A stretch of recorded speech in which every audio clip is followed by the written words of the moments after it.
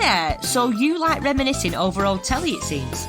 Well, the guys have been kind enough to give us a tick to tell you about another podcast you might like. Yes, we're the show host for the Sitcom Archive Deep Dive Overdrive, a podcast that goes way beyond obsessive when it comes to our favourite British sitcoms of days gone by. Oh god, yes.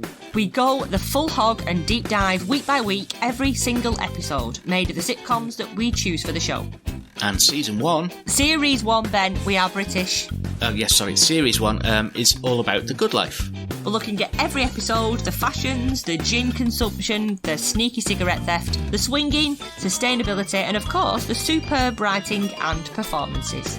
Yes, and when we're finished, it'll be on to another old classic to kick the arse out of, won't it? Yes, maybe the young ones? Or porridge, maybe? The world is our lobster. So join us and take a deep dive into all things the good life with the Sitcom Archive Deep Dive Overdrive podcast. Or Sado. Because basically we're a couple of saddos. Speak for yourself.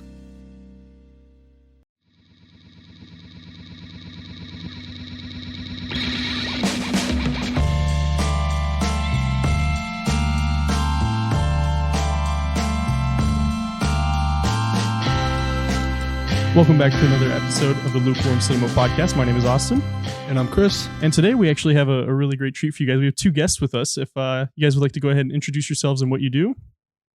Hello, my name is Fransisco Marrujo, and I'm a special effects makeup artist. I also do film work, including assistant directing and producing.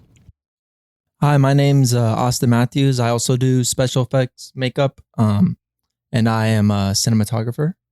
Very nice, very nice. Well, we want to thank you guys for coming onto the show at such, abrupt notice. Once again, for people listening, George is still out of town because he doesn't love us. So we'll go ahead and do this episode without him. So just to kind of a brief start. So how did you guys get started in the industry? So our start was really random now that I think about it. So I'm obsessed with Star Wars. I always have been.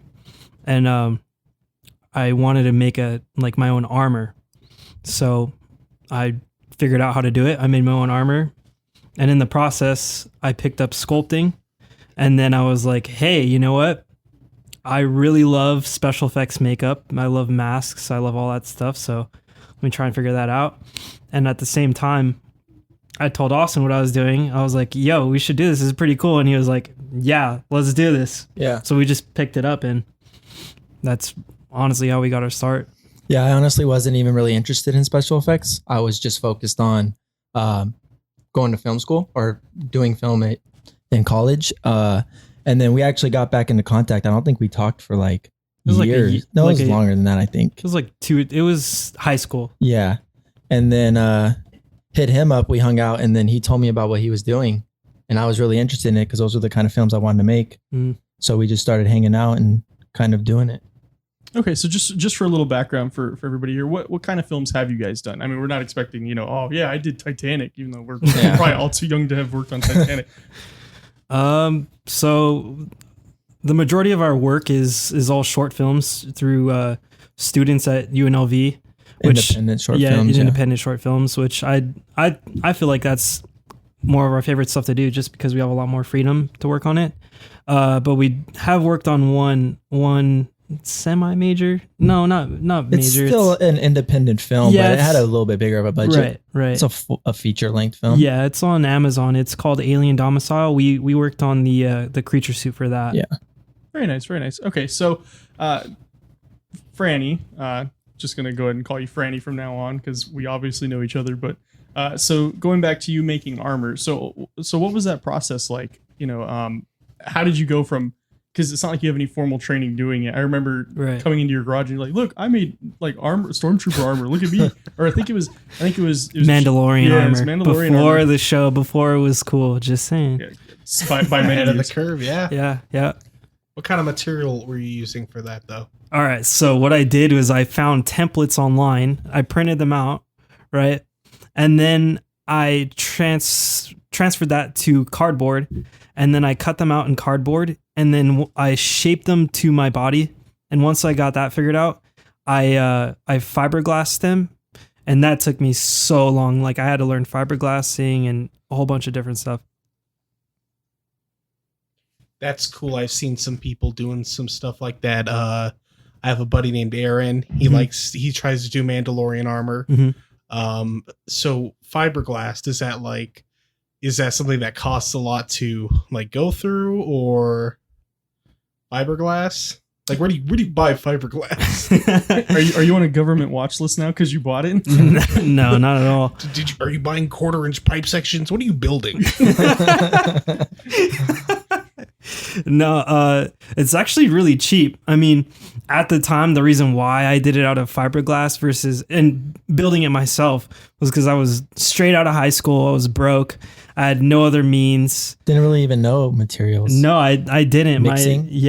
Nothing at all. Like I didn't even know like the companies we buy stuff from now. I didn't even know they existed. Right. I had no idea.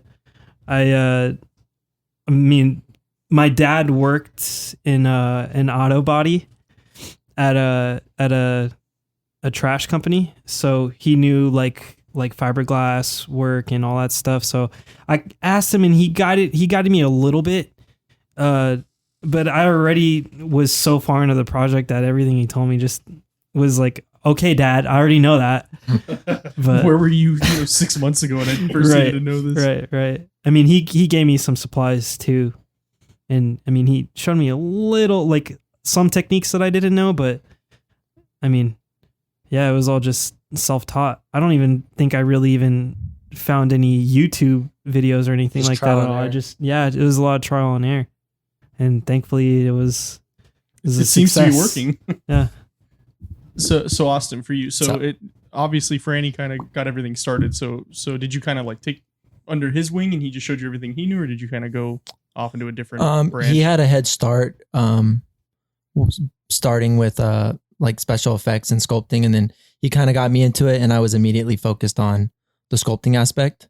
So I never really got my hands on to like fabricating or anything like that. But yeah, I just kind of took the sculpting route and then slowly worked my way into the makeup. Yeah, I think that's how it was for the both of us. Neither of us really started with the makeup. We were more focused on the sculpting, and then we made a lot of pieces that we didn't even use. We just sculpted and scrap it. Yeah, it was a lot of practice. Yeah, a lot of practice. So now, okay, so going back to the Mandalorian armor, the first time you did it, how long did that take you? Oh, dude, so long, so long. I don't even know. I honestly spent so much time on it. I don't even know. But the funny thing is now, I actually made a new set of Mandalorian armor that's screen accurate to the show, The Mandalorian, and that took me not a lot of time at all, which is pretty funny. But I think that's because I've already done it. So well, how many years have you been doing this now? From when you started the first set of armor to what you just did? So we started in like 2013, right? So. For you, I'd say at least 6-7 years, right? Yeah. Damn. You were also doing other stuff though too. Before I even knew about silicone, you were already mixing and molding heads, Star Wars heads. Toys. Oh yeah, that's true. Yeah, I painting them. I remember. I remember you made like, I want to say like 30 of them. Oh, and you painted one. He was just giving them out to everybody. Yeah, he was like, hey, paint. So he made like little molds of clay, right? No, so I had this is bad. This is called recasting. You should never do this. Tip number 1. I know that now, but I mean, I never sold these at all. I just wanted to give them to my friends to see what they would do with them. So I have there's this company called Sideshow Collectibles, and they make higher end like figures. Like they're 6-scale figures, so they're 12 inches in height. And I had a clone trooper, Phase 2 clone trooper, Revenge of the Sith. Those clone troopers. So I had the head from that, and I molded that with silicone, and then I casted them in plaster, because plaster's super cheap, and I didn't even know about resin, which is what you would cast it in now. So I casted them in that, and I just gave them to all my friends to paint, and I had a pretty big collection. There was I had at least 20 that I just had hanging just on a shelf, just because I thought they looked cool. I remember one night, I think you gave me 3 and we chilled at your house. I painted like 3 different kinds. We were just hanging out painting stormtrooper heads. Yeah. Yeah, I remember that was when you were still recording music and all that, and like Oh, you'd yeah. be mixing. You're like, here, paint this. And they're like, okay, I guess I'll paint this. And there's literally, Christian, there was, I think it was more like 30 of them, and he would just hand them out, be like, hey, you want to paint this? Paint this. Had like a drawer of them. Yeah, Yeah, I he'd did. pull it out. I'm pretty sure they're still in my mom's house in my drawer. My room's untouched over there, so everything's still over there. We'll have to go raid the castle after this and be like, Yeah. yo, what you got? Let's find the old relics. Okay, so also you did things outside of film though, right? With makeup and special effects and stuff like that, right? Yeah. So I'm heavily into the horror and like haunted house aspect of special effects makeup and mask making. I love it. It's another thing I'm obsessed with is just horror. So we're slowly getting our start through the haunted attractions industry. We've linked up with this company called Boneyard Effects, and that's who we're working with right now. We're doing a lot of prosthetic pieces for them right now, and we were able to do live makeup demos at conventions for the first time because of them. So Yeah, the whole haunt scene is really how we got into more of the makeup aspect of special effects. Yeah, and I feel like because I know people who are trying to get into film, with more of the special effects side, and I feel like I've told more people you should try doing like the haunted house, stuff like that when that comes around, because it seems like it worked for you guys. And it's live theater. It's literally what it is. It's live theater. It's live theater in its rawest form. It's awesome. I love it. You build your chops up with it, I'm assuming, because I've never been there to do it, and I've never done that, but it seems like it's very like rigorous. Like, hey, we need this right now. You'll have an actor come in and they're like, we need to be on the floor scaring in 30 minutes and need you to make me in a zombie. And it's like you have to apply a piece and get the paint done, and it has to look good. I need an hour long worth of prosthetics applied to me in 10 minutes. Let's go. Yeah, it's very grueling but very rewarding process. Okay, so you guys have done more student films, more independent films than anything. What do you guys like about that? I mean, obviously you don't have anything to reference, like, oh yeah, I worked for Michael Bay or James Cameron and all that, but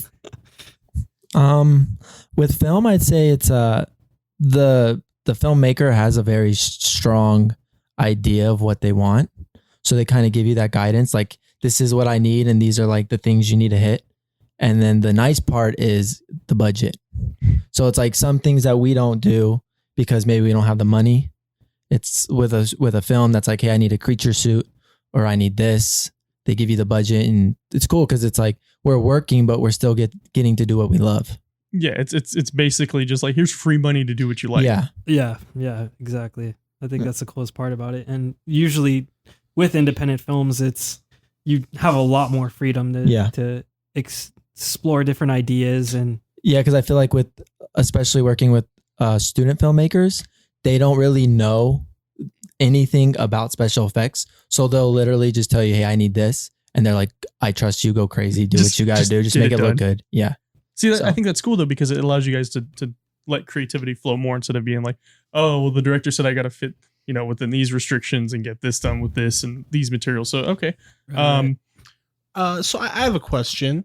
So basically you get a concept, Mm-hmm. and they say, here's what it's going to be, and you got to do it. After you get that concept and that idea that they give you, what's your first step there? So the very first step, you will meet up with the director.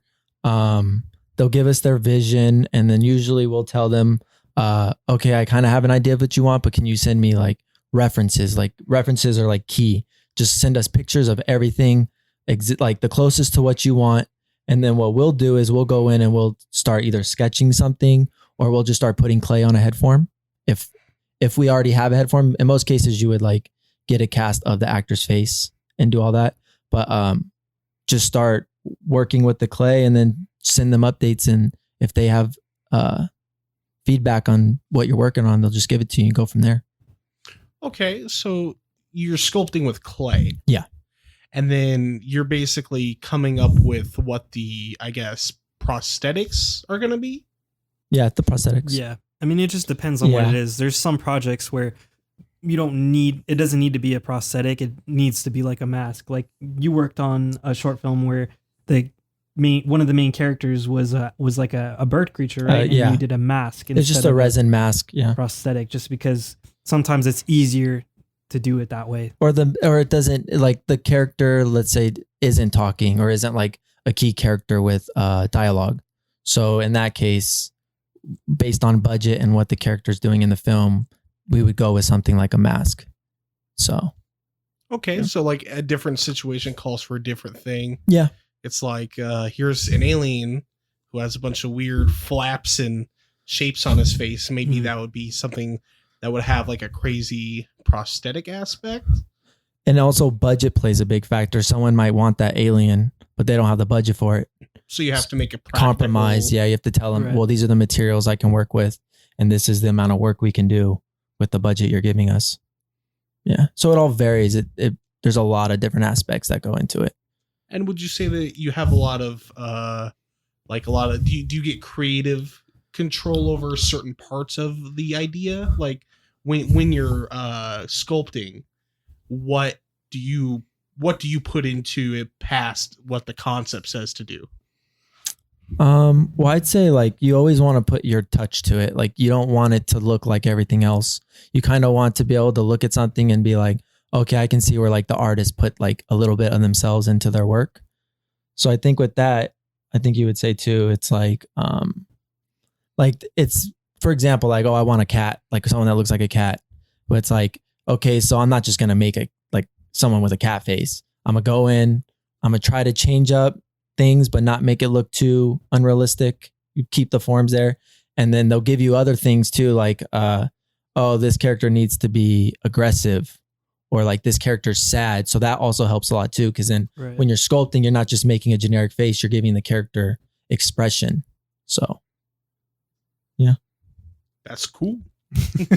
Very nice. So, to kind of dig back to the roots, like, so what do you guys draw a lot of inspiration from? Obviously, Franny, you like a lot of horror films, but you know, is there like a certain film that just sticks out to you? That you're like, oh, I love the prosthetics on that. I wish I could, mimic that, or even, just work on that. So many. Like, I feel like the reason why I even got interested with film or anything like that was because of Star Wars. Just growing up, I that's just what my mom and dad showed me, was just Star Wars. And my dad would sneak showing me scary movies. Like the first scary movie I ever saw, I literally remember this. I was like maybe 3 or 4 years old, and my dad was watching The Exorcist.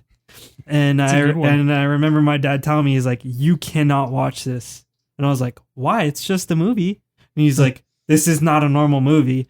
And I was like, okay, whatever. So I went to my room, and my dad was, so how our living room was set up was that the couch was facing the TV, and I was able to sneak from my room and sit behind the couch, and I was peeking from behind the couch watching this movie, scared out of my mind, like, holy shit, what is this?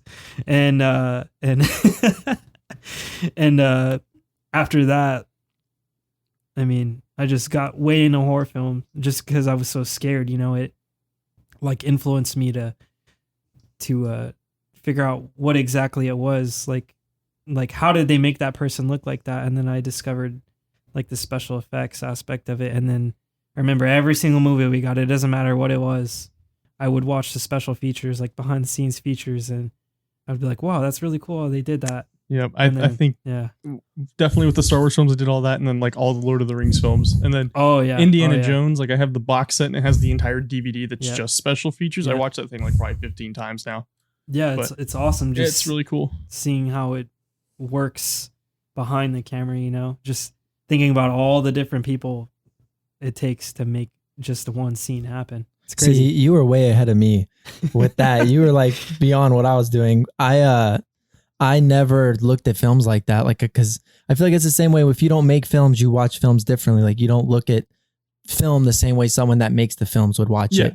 For me, it was the same way with makeup. I didn't even know what makeup was, like how much of the stuff I was watching had makeup or special effects. I just loved those type of movies, like science fiction, anything with crazy characters.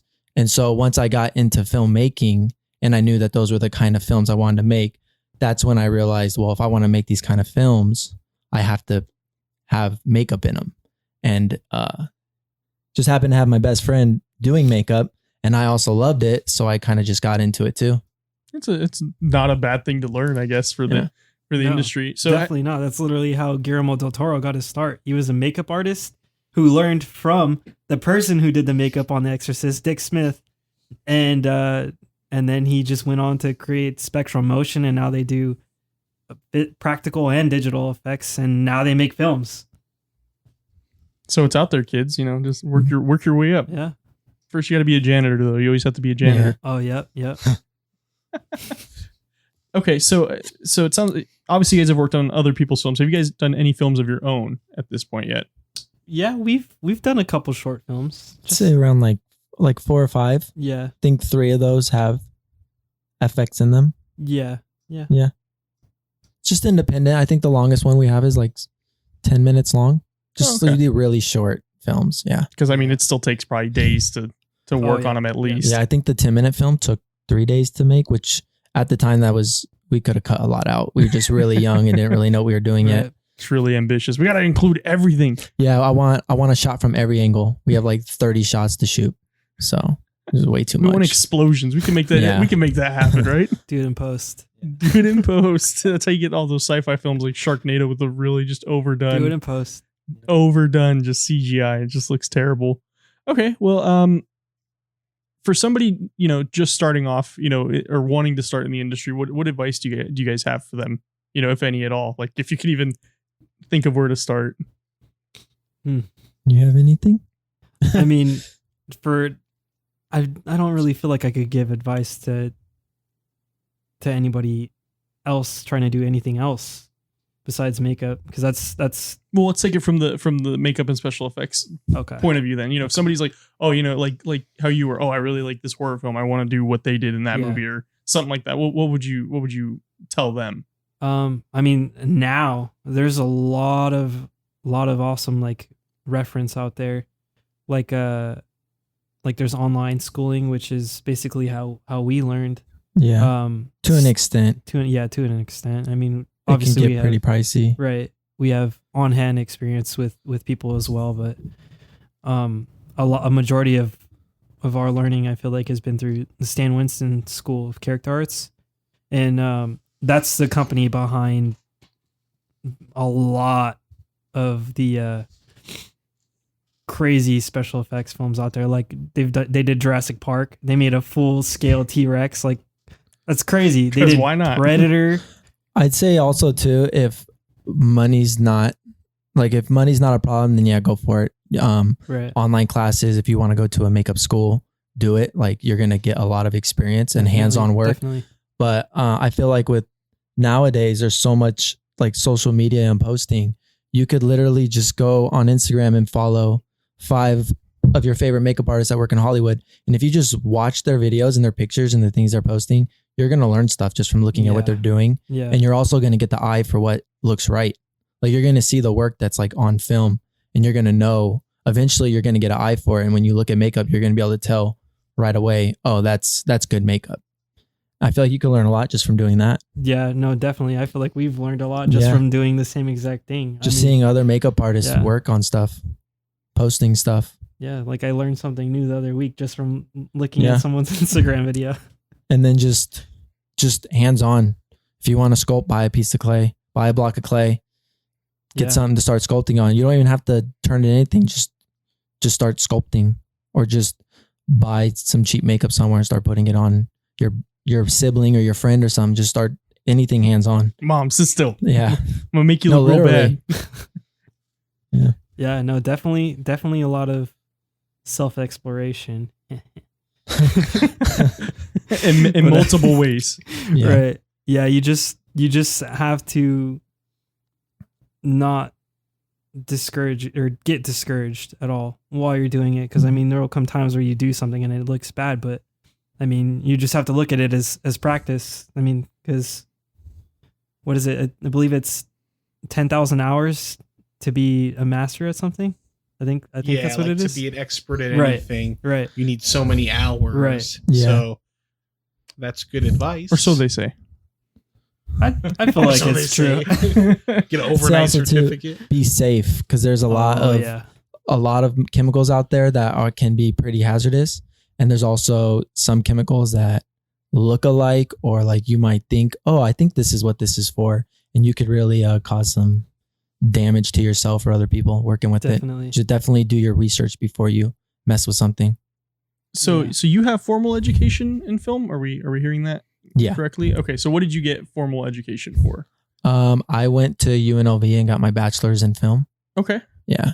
So what kind of, I don't want to say classes, but like what did you take away the most from that?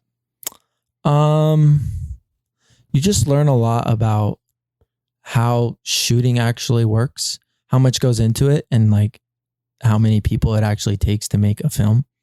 But with my classes, it was all over. Like there was like your majors that you needed to take, and then there was a lot of classes where you could kind of play around and be like, oh, I have to learn the history of film. Do I want to learn this history of film or like a different category?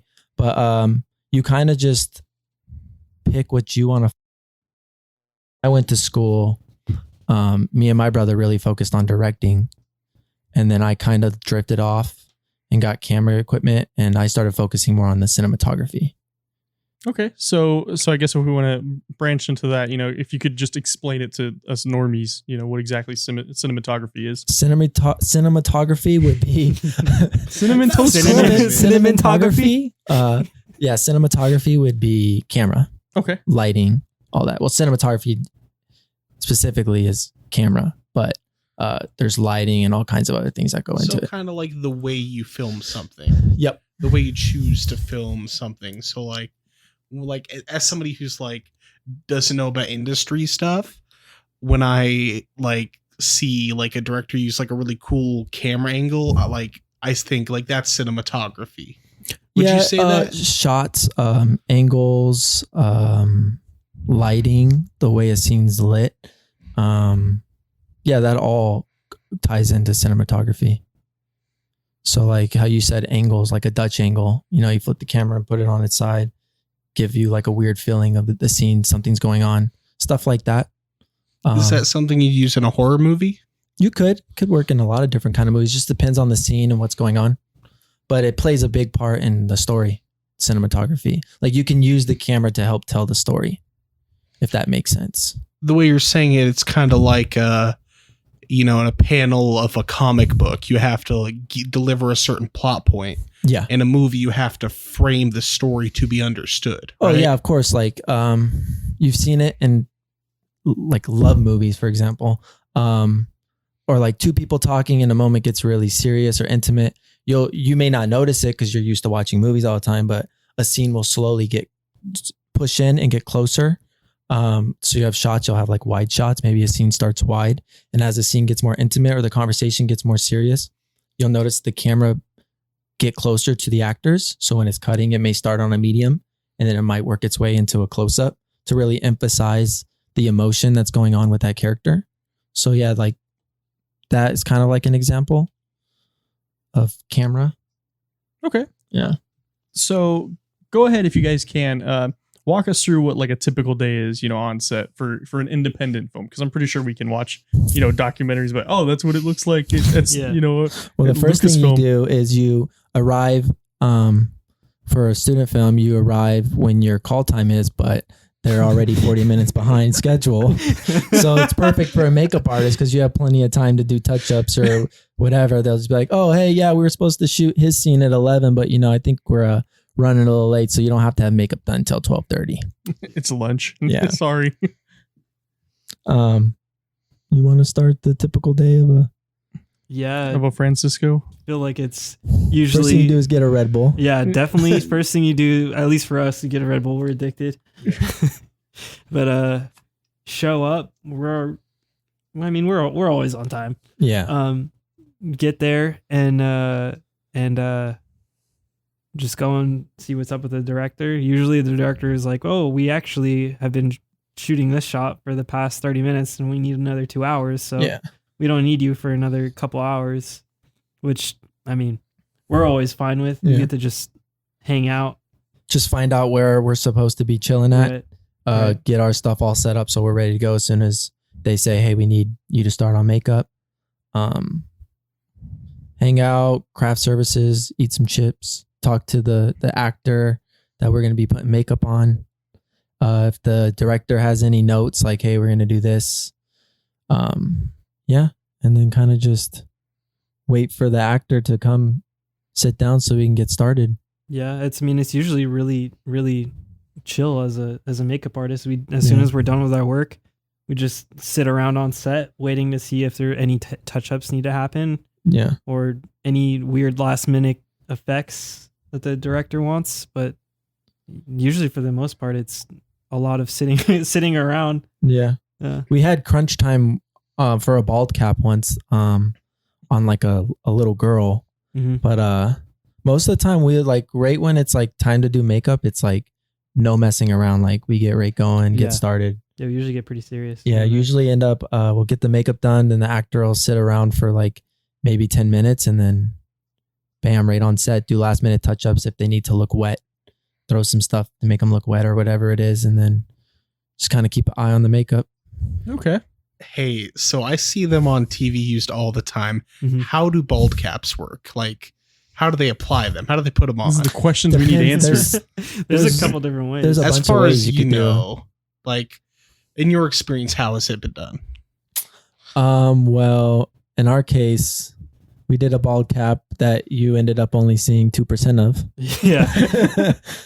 What the nice thing with that was the character was wearing a beanie, but they still wanted the front to show that the character was bald. So they kind of lifted it a little bit, but we just applied a plastic cap, which is just a bald cap made out of plastic, which pretty much melts away with acetone or 99% alcohol, whichever. It depends.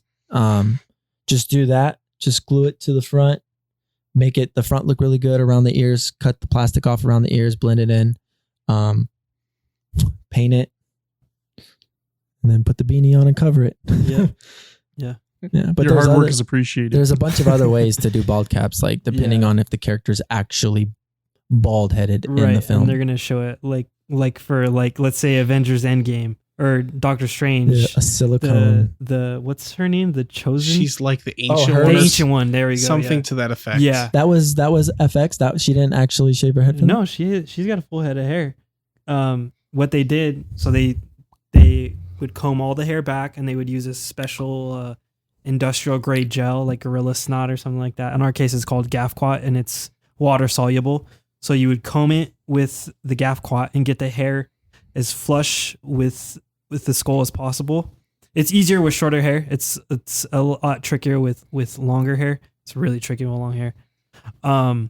But once you get the hair as flat as possible, then you would apply the plastic cap, which is what Austin was saying, and then you would have a prosthetic piece, which actually has forms on it or sculpted on their head. So it has any definition you need, like if a character has like a giant scar in their head, which I believe the ancient one had like a couple scars. Or just to give them the head shape back. Because when you just put a plastic cap or like a rubber cap, it pretty much is just going to look like an egghead. Yeah, it's pretty lumpy too. Like especially with long hair. Yeah. Yeah. So the piece he's talking about, like a silicone piece, an encapsulated silicone piece that is sculpted on the actor's head. Right. And then they use that to go over it because it keeps its shape and it looks way more realistic. It looks really realistic. Yeah. It's hard to tell. Like if you can watch punch hair in it too, if you wanted to give a character completely different hair. They did it for the Wu. What's his? I don't know.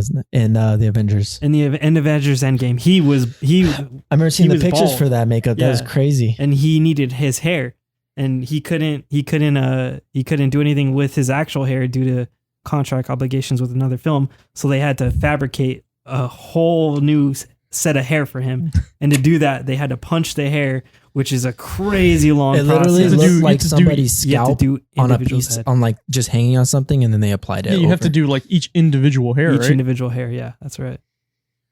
So, something recently in popular movies that I seen that was very funny, that has to do with that has to do with hair and effects. In the new Justice League, Superman. Oh, he has a mustache, and they had to CGI it out. Yes, which they could have done a prosthetic to cover it up, but I don't know how that would have looked though, because he had a thick. His mustache was thick. Do you guys remember the context as to why that happened? I mean, I don't know how those contracts work, but I mean, I would say shave the stash and then let the other film put a fake mustache on him. Yeah, I think it just comes down to who's paying more money. Yeah. I think they had a reshoots is what it was, because right. And he had this. Yeah, you had it for Mission Impossible. I think that's what it was. Or this. It was Uncle. I couldn't tell you. No, I'm pretty sure it was Mission Impossible. Oh. Yeah. Sorry, fellas, it's got to stay. Yeah. Do what you get paid to do. Yeah, that comes down to. But we'll see when semantics Snyder's Cut comes out how that looks. Oh, see, people are really excited for that. That's really interesting. Yeah. And even though I'm not a big fan of the DC films, I'd like to see how that stacks against what we've already seen. Yeah, I'm excited for it. I feel like it'll be cool to see. I feel like he just makes good films. Yeah. Dawn of the Dead. Dawn of the Dead. That's just my the way favorite he. Which one did he do? He did the remake, the Dawn of the Dead remake. The remake was pretty good. It's He's really a very good. Like a visual director. Like the things he puts on camera look like they come straight out of a comic book. Well, like Watchmen, right? Watchmen is so good. Yeah, I don't care what anybody says. Yeah. I love the noir kind of vibe of Watchmen. I do remember the Dawn of the Dead when I was a kid watching the behind the scenes for that. That was cool, Yeah. seeing how they did the scalps would just like explode and all that. That was cool. I watched that feature over and over again when it came out because I was scared. Yeah. I was super scared of that movie. Watchmen? Me too. No, Dawn of the Dead. Oh, Dawn of the Dead. Snyder one. Yeah. It's a good movie. It's a really good movie. The chick gets chainsawed in half. Oh It's so my crazy. God. And I thought that was cool how they did that because I was like, did they just like CGI? No, they just that had was a practical effect. They had a whole. They straight up. That was a real chainsaw too, like a body double. It was nuts. Wasn't that his first movie? Yep, he directed. That was his first. He did Jeep commercials or something. Something like that. Yeah, and then he got to direct. And then people were like, "Who the hell is this guy? What? This is great." And I think it still has like a really great like Rotten Tomatoes and Metacritic score too. Yeah. But people were like, it's not as funny as the original. It's like, no, but it's a good ass zombie movie. Yeah. It's like Tom Savini's in it. That's all you need, man. Now, what about From Dusk to Dawn? Oh, the fucking cock gun, Sex Machine. That's Tom Savini. Yeah, With Sex Machine, what's Sex Machine? That's his name. Oh, that's his name the movie. He goes, "I'm Sex Machine." Oh, okay. How are you? Or something weird like that. Oh, okay. Because I don't remember exactly. Is he the guy in Dawn of the Dead that's like telling people how to like kill them? He's like, you gotta shoot them in the head. Yeah, that's him. The cop, right? He's the sheriff. Yeah, with like the aviators and everything. Yeah, on. Okay, he gets zombified later on. Yeah, too. he's a practical effects artist, right? Yep, he's the one who did the original Dawn of the Dead. So they were like, hey, you want to come back? Yeah, so it's also funny. Zack Snyder's in one of the opening scenes too. There's a scene where there's like a bunch of guys with like MP5, or he's holding an M60. Oh, is he? Yeah, it's him. I didn't know that. Yeah, I watched the commentary. He's like, "Oh, that's me. That's my one scene with me in it." And there's a bunch of you don't see the zombies coming. It's just that it's like 4 dudes in like they just Secret start Service shooting, gear, and they're just mowing down, and he's one of them. Yeah, damn. I mean, if it's your first film, hell yeah, you put yourself. Hell in it, yeah, right? with a big old budget like that. Yeah. What's interesting to me about the original Dawn of the Dead, and effects wise, is that the blood looks like red paint. Yeah, and disclaimer, I like the original one better. I think it's more like grounded and stuff, so I like it. And it's like, it has that classic vibe. Romero was still making good movies. Right. But it looks like red paint. Yeah, I don't know why Tom Savini did it that way. Because he can. It could have. Now this is just a theory because I don't know. Mm-hmm. But it could have been. It can't look too real. So that's why in modern movies, I heard sometimes they make the blood look really like black almost. Yeah. So what's the rating on the film? Like what? I don't remember. I'm pretty sure it's R.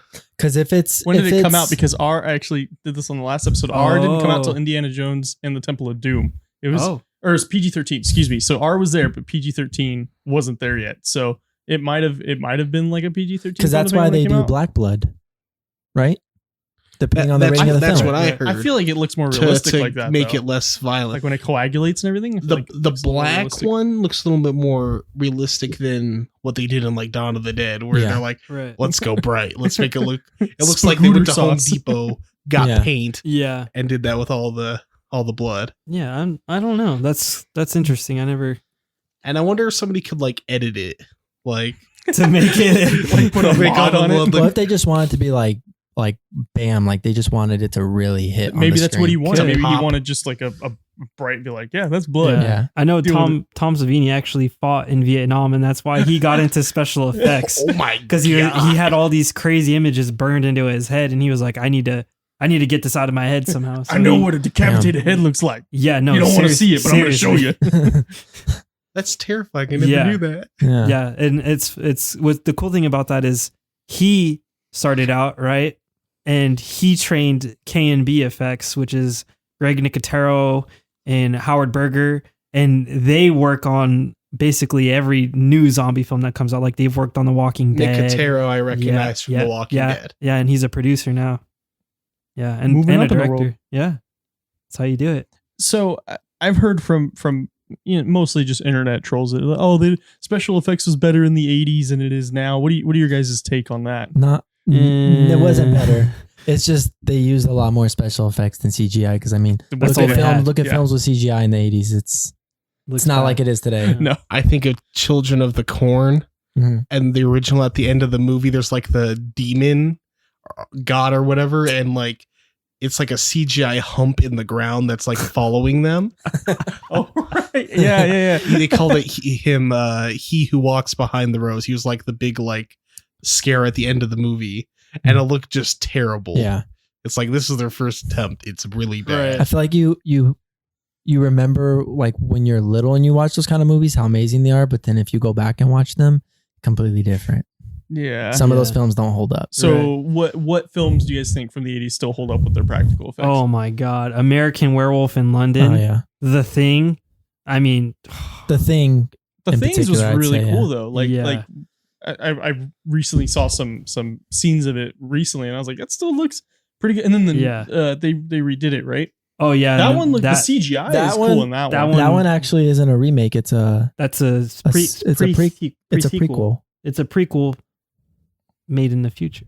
So Is it in the future? no? Because at the end it's the Well, dog. they made it in the future, but It's a It's a prequel. It's a prequel to the sequel to the. but it's like Star Wars. yeah.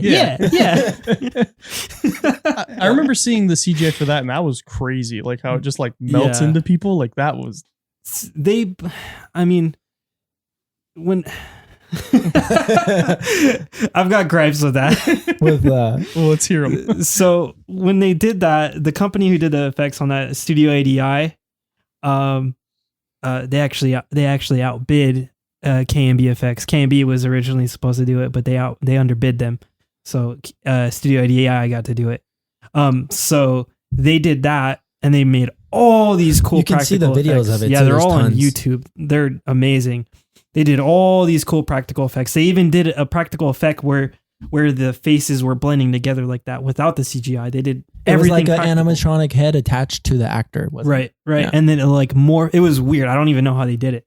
But they had all these crazy effects that they built, and everything got plastered with CGI, like just more blood and more like random tentacles and stuff.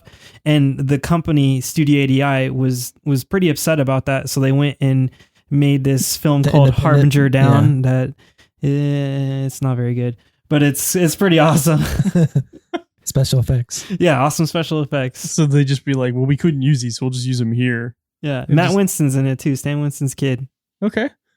Mhm. So you don't agree that special effects were better in the No, 80s? I just thought you saw more of it. Okay, Yeah, because you obviously they definitely didn't saw more have of the it. So I feel CGI like it's capabilities. easier nowadays for films just to be like CGI. We'll just pay for You CGI. just hire these programmers to do Yeah. these animators. We'll just Yeah. do that in post. I mean, there's places for it. I mean, there's places where it blends and it marries well. Like one example that I can think of is spoiler alert for Breaking Bad. Oh, when okay. when Gus Fring gets half blown up that is a half makeup and half digital effect. So they made him more hollowed out and gave him more bony kind of dead look with digital effects. And they do that in Terminator too. Yeah, they do it in Terminator as well. See, I thought that was all CGI. No, it's practical with digital, and then like that's when it marries well. Like for example, with the half Terminator face, they'll do effects for like all the holes, and it'll be actual ripped skin, and then the underneath will be green. Right. So they can go in post and make it look like the machine underneath. Okay. Right. Sometimes it's easier, but yeah. Okay, so this character suit that you guys did for that film on Amazon, walk us through that. What was the process on that? Well, that was makeup on a budget. Okay. At its finest. Yeah, we didn't get paid for that one. Yeah. Really? But it is a close friend from college, so he's helped out on our films, just being there as an AC. He means Alien Domicile. Oh, you're talking about that one? Yeah. Oh, because we did another one. Yeah. Okay. Yeah. No, that one was like we were more of like helping hands. Yeah, we got called on to help sculpted a few pieces. Yeah. And then I played a mannequin while they put it on and kind of glued some pieces on. So I got to be in the suit for a little bit, which was cool. Just like film it now. Just film it now. Just let me be in the movie. Yeah. But we made our own suit from scratch. Yeah. And that one was really... Because the Alien Domicile one, we were there, we helped sculpt, and then I remember being there till like 4 a.m. while they were painting the suit and getting it all ready for the actual shoot. But I'd say we have more of the process of when we made ours. Yeah. And it's kind of more of like a budget, like a low budget one too. So Yeah, I feel like it's more practical for even for people that want to try making a suit. Like that's perfectly like a really easy way to do it. Okay. Yeah. So what was this suit for? What's the shorts? What's the short called? Somewhere Within? Yeah, Somewhere Within. So it's a friend of both of ours. His name's Jordan. He's a really good director. He's a really good person too. Yeah. He came to us with this idea, and me and Austin met up with him. We had a meeting, and I think it took because they were still, I guess, finishing the script and figuring out shoot dates and budget. So I don't think we actually got to put the suit on the actor for like 6 months. Yeah, it took a while. Yeah. Yeah. But we talked to him and his friend, so it was like they were kind of co-directing their short film. And the same thing we talked about earlier, he gave us a bunch of ideas, and then he sent us an email with like points of like it needs this, it needs that, like a bunch of stuff. And then so Austin did a majority of the work on that suit. I think I helped with maybe like an arm and a leg, maybe. No, you helped with all the molding too. Oh yeah, I helped with all the molding, but you did all the sculpting. You did literally all the sculpting. I mean, I blocked out some pieces for you, but you went in the arms, right? Yeah, and then you went in and refined them because I mean, you sculpted it, so you know exactly the kind of texture and style you were going for. So, I mean, you did a lot of work on that one. Even the casting of the parts. The pieces were some of it was sculpted on a body, like a mannequin, like the chest and stuff. So that way it kept its shape. But then we did a lot of flat pieces, which are basically you sculpt on a flat board, and then it's kind of like a blender piece, and then you mold that, which we used Ultra Cow, which is the cheapest. Really which is cheap. basically it's like cement. You mix it with water, and then we cast them in latex, which is just a rubber, just liquid latex. You pour it in like a cup or something. You take a chip brush and you brush it into the mold, and then you pull it off and you get the positive. We did that for a bunch of pieces of suit, blended it together to give the character like a cohesive texture, wrinkly monster look, and then had a from the neck all the way down to had feet and hands and everything. This actor just put it on and then blended the neck in with the face prosthetic and gave him a wig, because the character was kind of like a female-ish naked alien sewer dwelling thing. Sick. Yeah. It's pretty cool. I mean, all we really did was just glue it onto like literally a morph suit. Makeup literally took 45 minutes. Yeah, it was just applying the face, and I mean we did so many tests with it that you already knew exactly how to apply it and the exact paint methods to use. So it was really fast.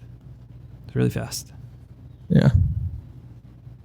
So correct me if I'm wrong, with making something like this, the process is sculpting it, then making a mold, and then making the actual thing from the mold. Exactly. Casting. Exactly. Yeah. Okay. And then there's a different material for each part. There's different clays, and then there's different ways to mold it, and then there's different materials to cast it. And it all kind of just depends on what you're trying to do for that specific job and your budget. That's super cool. Yeah. Okay, so I have somewhere where this conversation can go, but I have to touch on something hilarious that I remembered, because we were talking about Dawn of the Dead. Yeah. In the original Dawn of the Dead movie, the funniest thing that happens in terms of effects is there's like the world's like in turmoil because like the whole zombie thing just popped up. Right. And like it opens with kind of like a military is like raiding some house. I don't even know why. If they think like they're drug dealers or some other bullcrap, not important.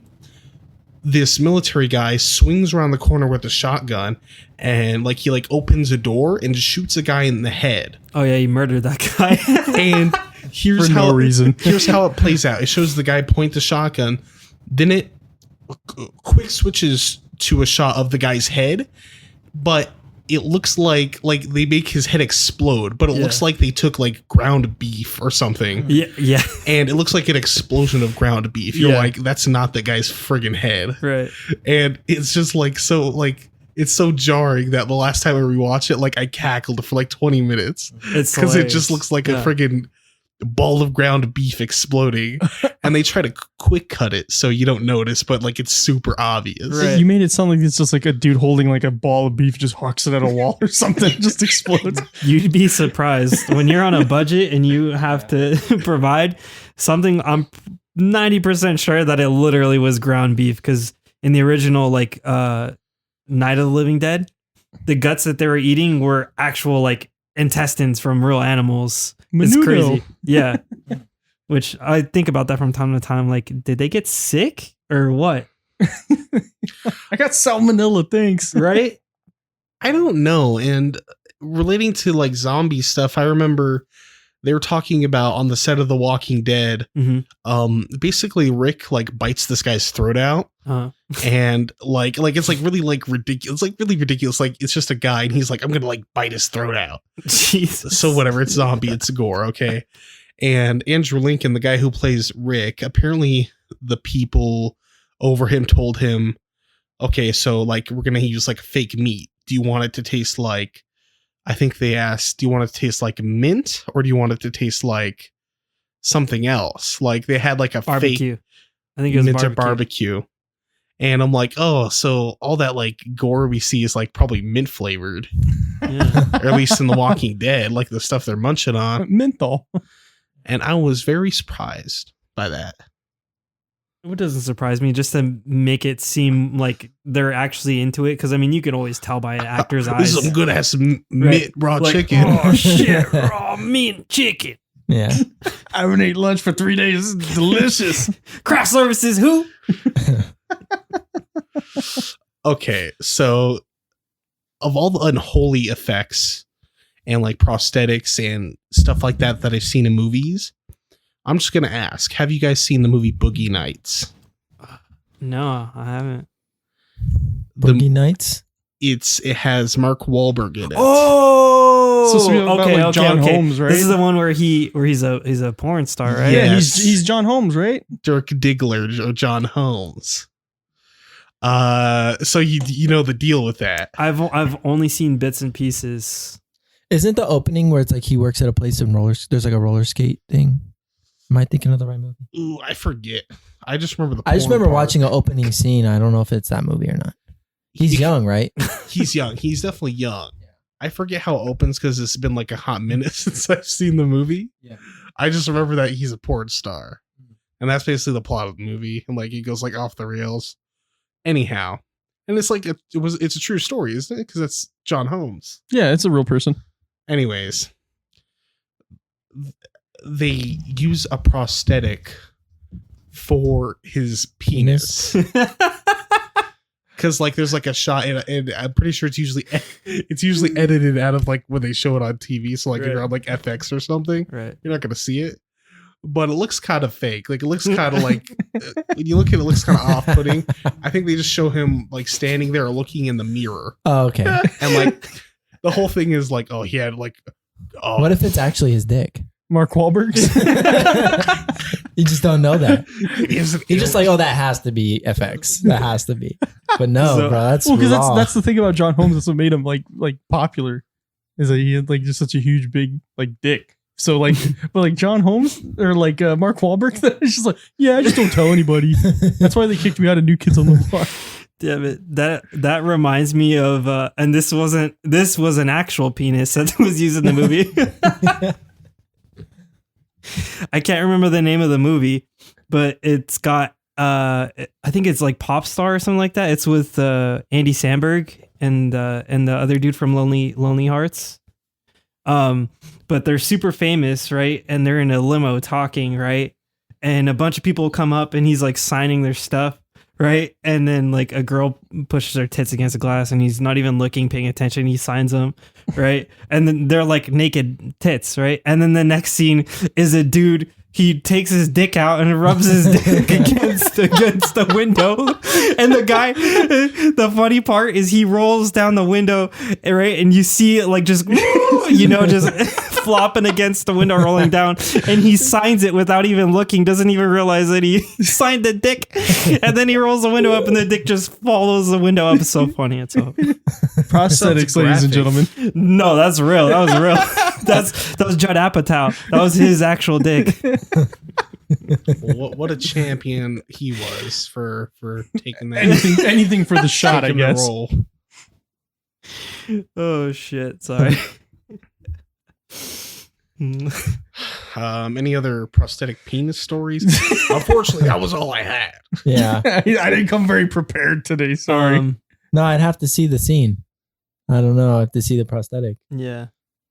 I don't know. I Well, don't remember it. I mean, like, I'm not gonna say I recommend it, Yeah. but it's a good movie. No, it's a good movie. He's like, he becomes a porn star when he's young, and like, it's like one of those things where like he like gets all like coked out and off the rails, and then he like stops doing it. I think he prostituted himself. It was like crazy, and it's Mark Wahlberg, but he's playing Dirk Diggler. That's the name he decided his porn name should be. It's a good movie. 12 out of 10. Mm-hmm. Great 12 movie. inches out of 10.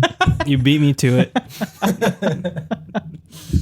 So we like to ask these questions where we give ourselves and our guests the chance to be in the creative seat. So if there was like a prosthetic that you wish you could change, or something you're like, oh, I could do that differently, or maybe they should have just not done it at all, like in any film, like do you guys have any that you would like In somebody else's film, like an actual film, like you're like, I didn't like that, or oh, I would have done it this way, or oh, I would have not used that shot or anything like that.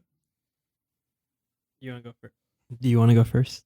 I'm thinking right now. I'm having a hard time thinking of. Yeah, I honestly I can't think of anything just because I don't know anybody else's mindset when it comes to their vision. Yeah, I don't think I ever look at a film and I go, "Oh, that's trash. I should have done that." Yeah. You know, there's films that I'm like, "Oh, I would love to be the person to make that film." Well, yeah, of course. I mean, But now we it's- sound like villains for what we said on last week's episode about Star Wars, how we would change it. But yeah, I don't look at special effects like that. Like maybe I'll see a film, I'll look up like, oh, like I can tell that special effects, like, yeah, they didn't pull that off as good as it but could have been. could that be perhaps now because you do that, you know Yeah. what to look for now? You're like, oh, I know what that is. Yeah, but I feel like there's just so many movies and there's so many good effects. Like even people that don't do special effects, they can tell. You look at a film and you can right away be like, oh, that looks like shit. Because cameras look so good now. Like it's so easy to see mistakes. I mean, like that's how I feel with most of like the afternoon movies on like the Sci-Fi Channel. It's like somebody who has like a decent budget, but they just like spend it you all can on tell CGI. if it's a suit. You can tell, oh, that's a suit, or like that's like just not up to like the same standard as. So what about Marble Hornets? Is that good use of of I Practical never Effects? finished it. You and I watched it together. Yeah, we did. I never finished I it. never It got finished it. weird. Yeah, it was like cool Slenderman, and then it was like, but look into yourself. Yeah. Yeah, I stopped watching that. So now with haunted house prosthetics and all that, obviously there's no, you can't be like, oh, CGI will do that in post, because there's no post. It's just Right. out there in the open. So what do you find is like the biggest like challenges for that? Is it like the time constraints, or is it like, what you're given to work with? Because it sounds like you guys are like, when you guys did, Fright Dome, and I don't know if you did Fright Dome, but Yeah, we both did Fright yeah. Dome. So obviously they probably have good, stuff for you guys to use. No? No, that No. was actually with that prosthetics, like foam latex prosthetics, are they're one-time use. Like they have a thin edge, and once you glue that piece down, and then usually when you use a remover, that piece gets ruined. Like there's no way to use it again. But over there, you'd have actors, they'd have a clown prosthetic, and you put it on them and it looks great. It's the first time you use it, and they use it the rest of the season. Oh, so they don't have Same you redo it. Literally, No. sometimes you'd have actors come in, get their makeup done. They would go to sleep with it, and then come back the next day, Saturday or whatever, and they'd have it on. They're like, I'm just gonna wear it to sleep, and I'm gonna wear it tomorrow, and I'm gonna go back to work. Which is crazy, because Yeah. I mean, it's not the most comfortable thing in the world. Why do It's they not good do for your that? skin. Is it supposed to be like an actor kind of thing? Like I have to live this part. I just think I think it's just that they don't want to keep applying and removing everything. Yeah, it's. I mean, it takes time. But the fact that was even allowed, like it should be like, if you need to come back to the tent, you need to get your makeup removed. Yeah, I mean, to be fair, that there's a couple of things wrong with that towards the end, but Right. I have a story that's kind of related to that. go ahead, please. So I was doing theater in high school, and I was Mhm. usually technician, but I acted a couple times. We were doing The Tempest, which is Shakespeare, and I was Caliban.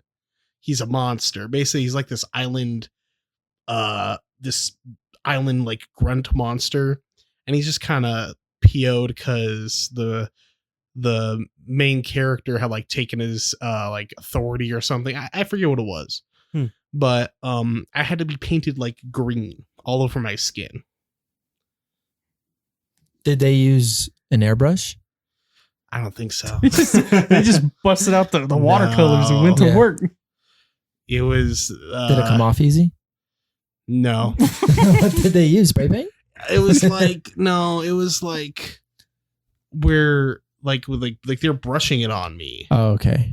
with like where it could have been done better, because it had like between scenes they kept having to reapply it. So it was kind of didn't do a good job. I did a good job. Okay. Let's not get that You're twisted now. acting and moving a lot, yeah? Yeah, definitely. So it was total hell. You told me those guys were sleeping overnight with their makeup on. Mhm. I was showering, and like the next day, like I'd shower after I get home, and then I realized there's more on me, and sometimes shower again. Then I'd wake up and then find more green paint somewhere. Yeah. Behind my The ears, I was going to say. or somewhere like on my neck. Yeah, I'm like, dude, this is hell. Now imagine that, but with a rubber piece glued to the front of your face. That sounds terrible. Yeah. Pirates of the Caribbean. Well, I remember Pirates of the Caribbean. They said like Dawn dish soap got everything off with what they used for like Johnny Depp and all that. Mhm. So maybe That's maybe they marketing. should. That's a Did you Dawn use like plug. a wet rag in the shower and kind of scrub it a little bit? I was using one of those little poof ball Mm-hmm. things. Yeah. So maybe it wasn't What are good they enough. called? What are those Ah, called? I have no clue. every time I go to the store, I'm like, oh, I need the little scrubby thing, Little scrubby thing. Girls Give me- know what it's called. like a. I think There's a name for it. It's not a loofah, right? No, I it don't- is. It is. Yeah, It is. It is a Yeah. loofah. Yeah. Yeah, that's it. Just go grab Vanessa. What's that thing called? What's that thing in the shack called? Yeah, The pom pom. The pom pom. The pom pom that The washes my sponge. balls. The sponge. The sponge you hang like from your rearview mirror Yeah. in your car. Yeah. So what was okay? Obviously, them just not respecting the the work you did, but No, I mean they definitely respected the work we did. The issue like that comes down to budget, Yeah. where Because they didn't supply enough pieces to use every day. and I'm assuming Right. that stuff's expensive. When It's like, hey, we have this piece for you. Yeah, You it need to make it depends. last. You know? So then, Okay. I mean, if you have an event like that that's drawing in so many people, like for example, I'm gonna bring up another horror event, Halloween Horror Nights, Mhm. like they're based nothing in big, just Halloween Horror Nights. yeah, nothing big, just Halloween Horror Nights.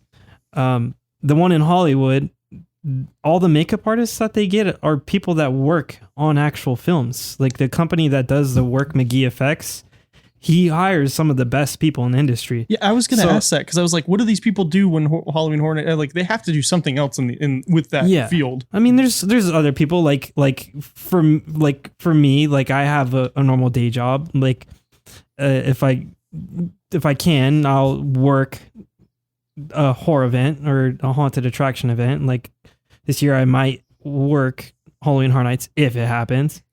Well, we're hoping for that. At yeah. least.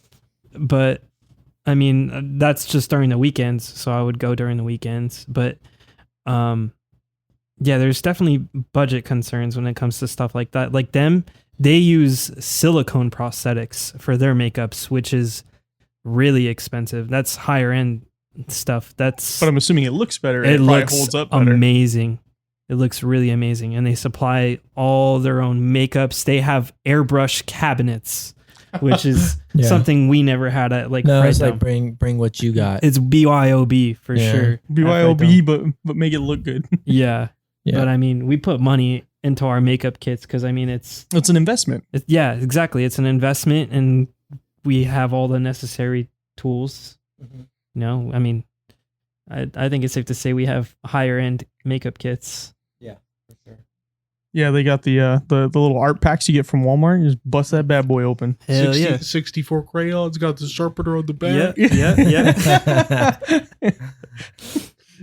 Supreme gear. There's nothing comparing to it. My sculpting box is a Supreme box. Is it really? Yeah, You it bought is. into the Yeah, he hype. went all out I on his did. box. Yeah. I just buy the little $1 plastic ones that are supposed to be for crayons at like Walmart, but you got your little I mean, abbreviations and everything on yours. Well, I make a lot of my own stuff because I work in a metal fabrication shop. So I you engineer and I design everything.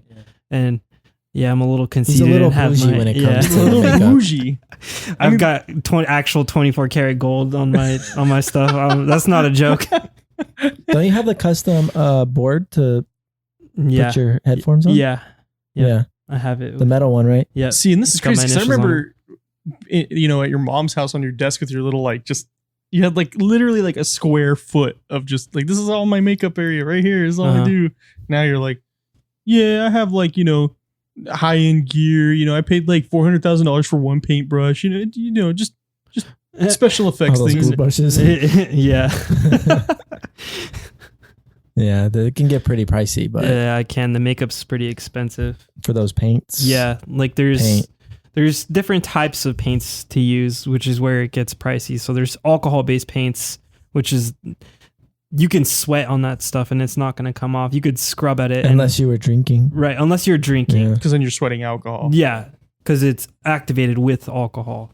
So I mean, unless you've been drinking, it's not going to go anywhere. But that stuff's expensive. It's like $15 for like 4 ounces, and I mean, I think it's like 12 for the 2 ounce and like oh really? Did I get it Yeah. mixed up? My bad. no, I think I might be wrong, but yeah, I think like there's a 2, a I'm thinking 4, and Amazon a 6 or a 8. 6 or 8, which is I think like $30. Yeah, I think I could be wrong, but it's Yikes. somewhere around there. it's for expensive for just one color. Sure. Yeah. And think about all the different colors you need for one project. There's like say 6. like a And then like alcohol a rainbow palettes, Yeah, which is like a those are like dry. It's like dry paint that you activate with the alcohol. You squirt it in there. You put the brush. It comes with like depends like a set with what 8 colors. Yeah, or it's like 8 colors. Little like what is it like a 1 inch by 1 inch piece square? Yeah. $80. Yep. Ooh. They can go a long way if you're not like killing it with the alcohol spray. But yeah. So now I'm assuming, the guys that are like, at, high budget film level, they're getting paid good money to do this. So obviously, Right. and that's probably covered in their budget, Yeah. right? They Yeah. just, I think union rate right now for on-set there's a makeup- union. There's a union. Okay.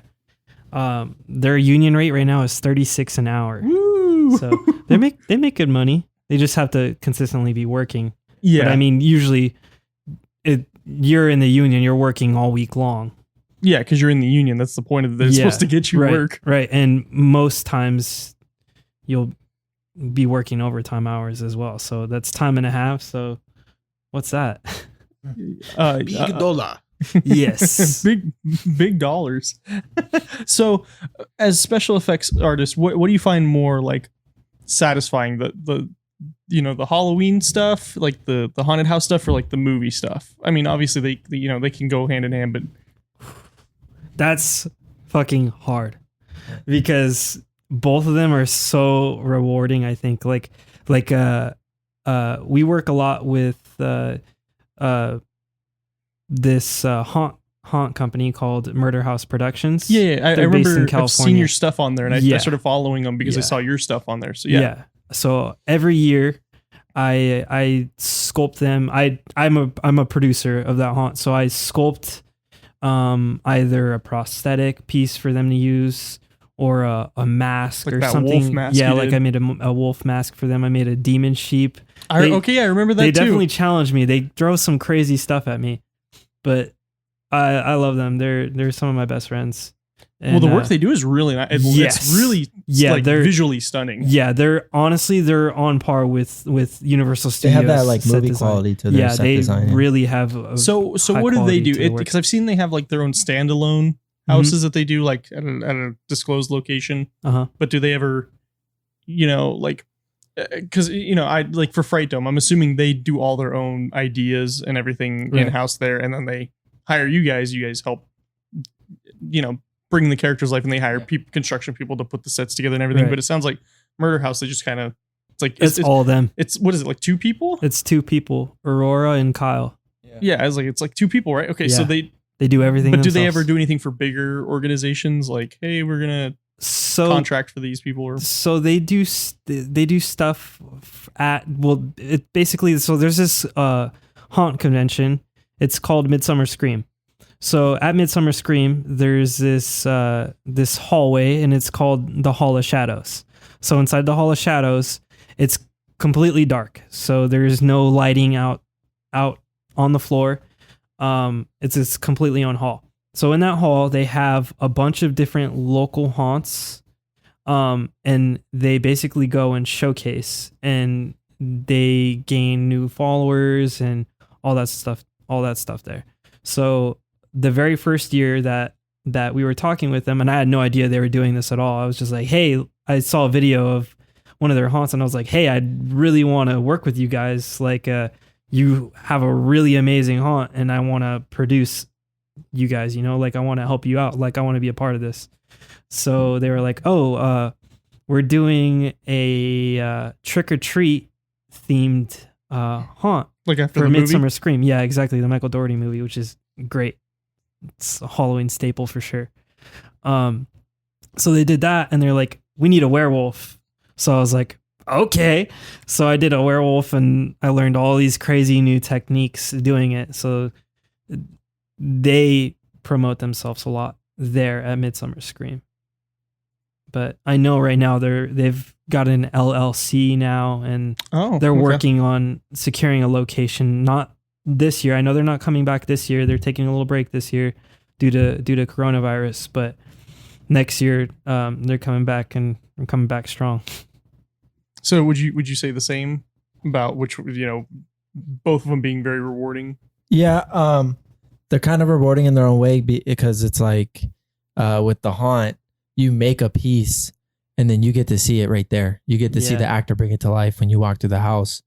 And then with film, it's rewarding because you create this character, you create these effects, and you're on set and you're applying it, but you don't get to see it right away.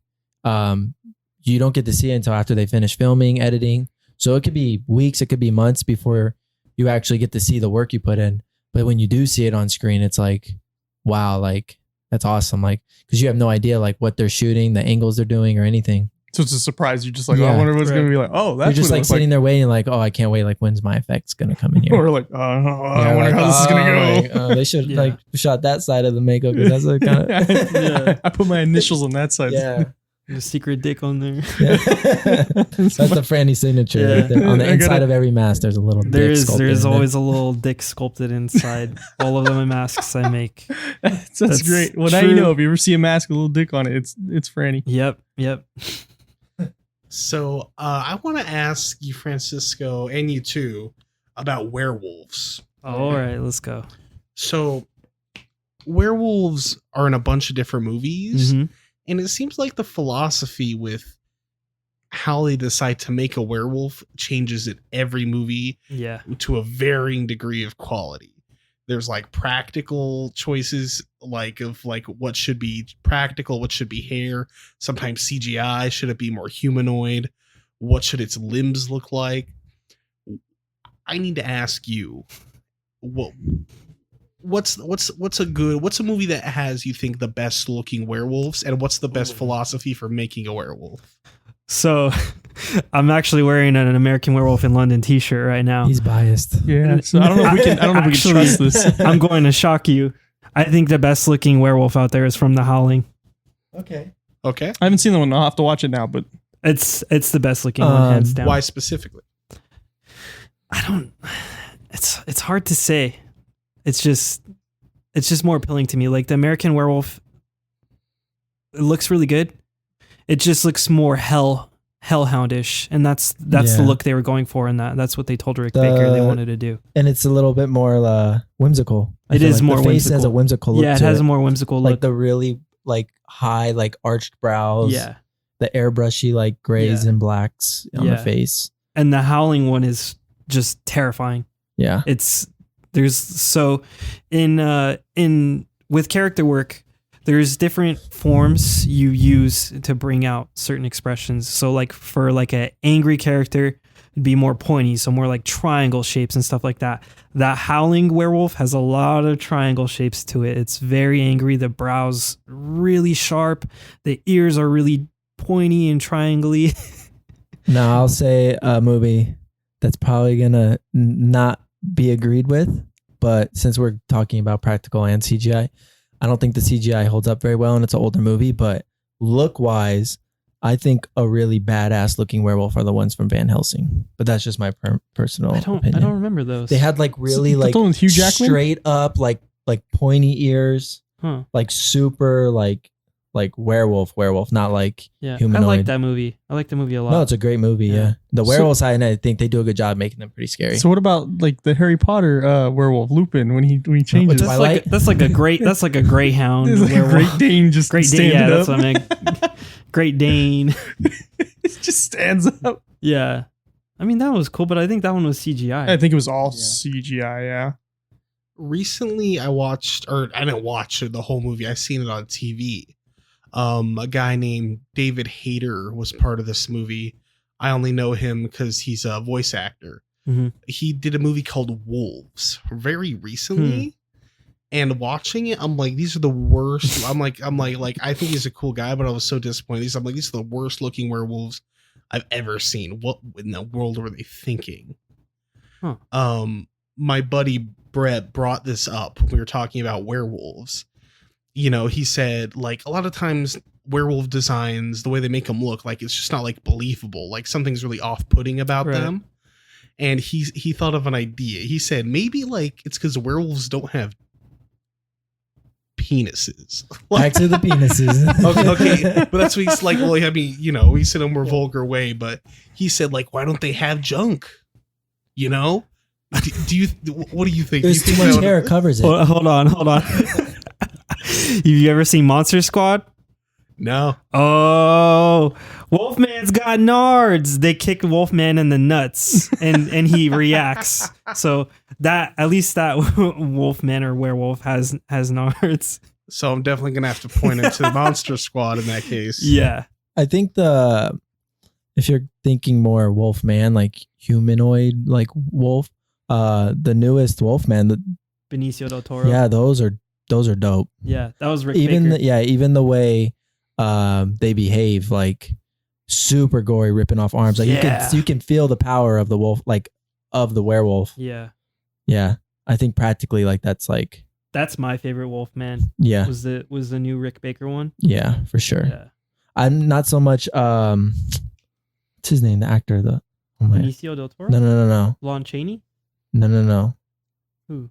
How can I? Oh, think- Anthony Hopkins? Yeah, I mean, I wasn't The old really man. feeling the old man werewolf, but Benicio del Toro's His was dope. cool. Yeah. I Yeah. want to do like a makeup that looks like Yeah, something inspired by that. Yeah. No, I want to do the exact makeup. Copy it. Same costume, everything. No, that's awesome. Special effects. Yeah. Yeah. So since we're talking about, like monsters and characters, like who do you think, what movie or show do you think does zombies right? And which one do you think does them like wrong with like makeup and such like that? Like if you can even draw the line there. Me personally, I don't really care for any zombie movies.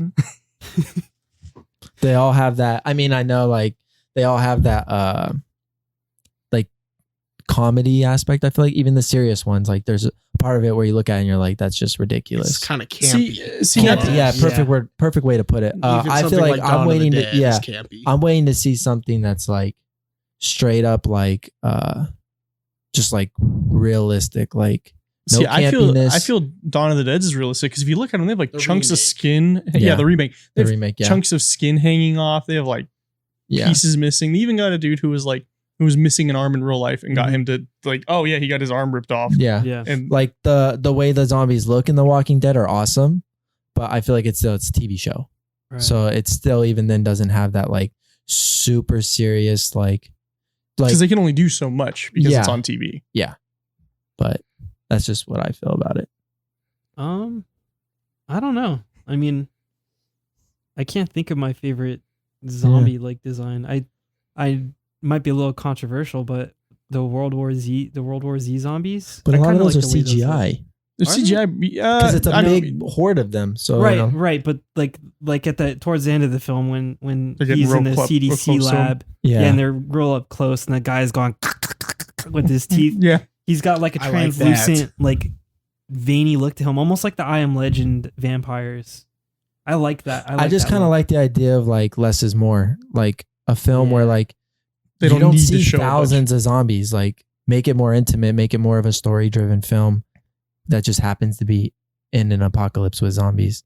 You see what I'm saying? I feel like 28 Days Later is kind of like that because there's not giant hordes of them. Yeah, no, but they're technically not even zombies though. They're just rage. They're infected because they have like a rabies something virus. More on like the rabies. Like for example, like I'm not to say like you may or may not like these movies, but like something more on like the creepy eerie vibe, like something like same vibe as Hereditary or like The Witch, like something uncomfortable. Like, where it's like you just sit there and you watch it and you're just like, this is like making me feel weird, but like with zombies, if that makes sense. Yeah, I feel like zombie movies are kind of like the same unless they subvert it somehow. I haven't seen too many, to be honest, like that, but I think of something like The Crazies, where like they're not zombies conventionally. So like sometimes you get more interesting stories out of it. I think what it comes down to is majority of zombie movies have action. I think that's like shooting and running. Yeah, there's some type of action to it, if that makes sense. Okay. So something more on like the eerie, creepy vibe, not so much horror, jump scare, or the actiony. Maybe like just an up close shot, like different take on it. Something like where they're like just in containment chain. Yeah. They're just looking at it. Yeah. Something like that. Maybe you could get away with a lot nicer.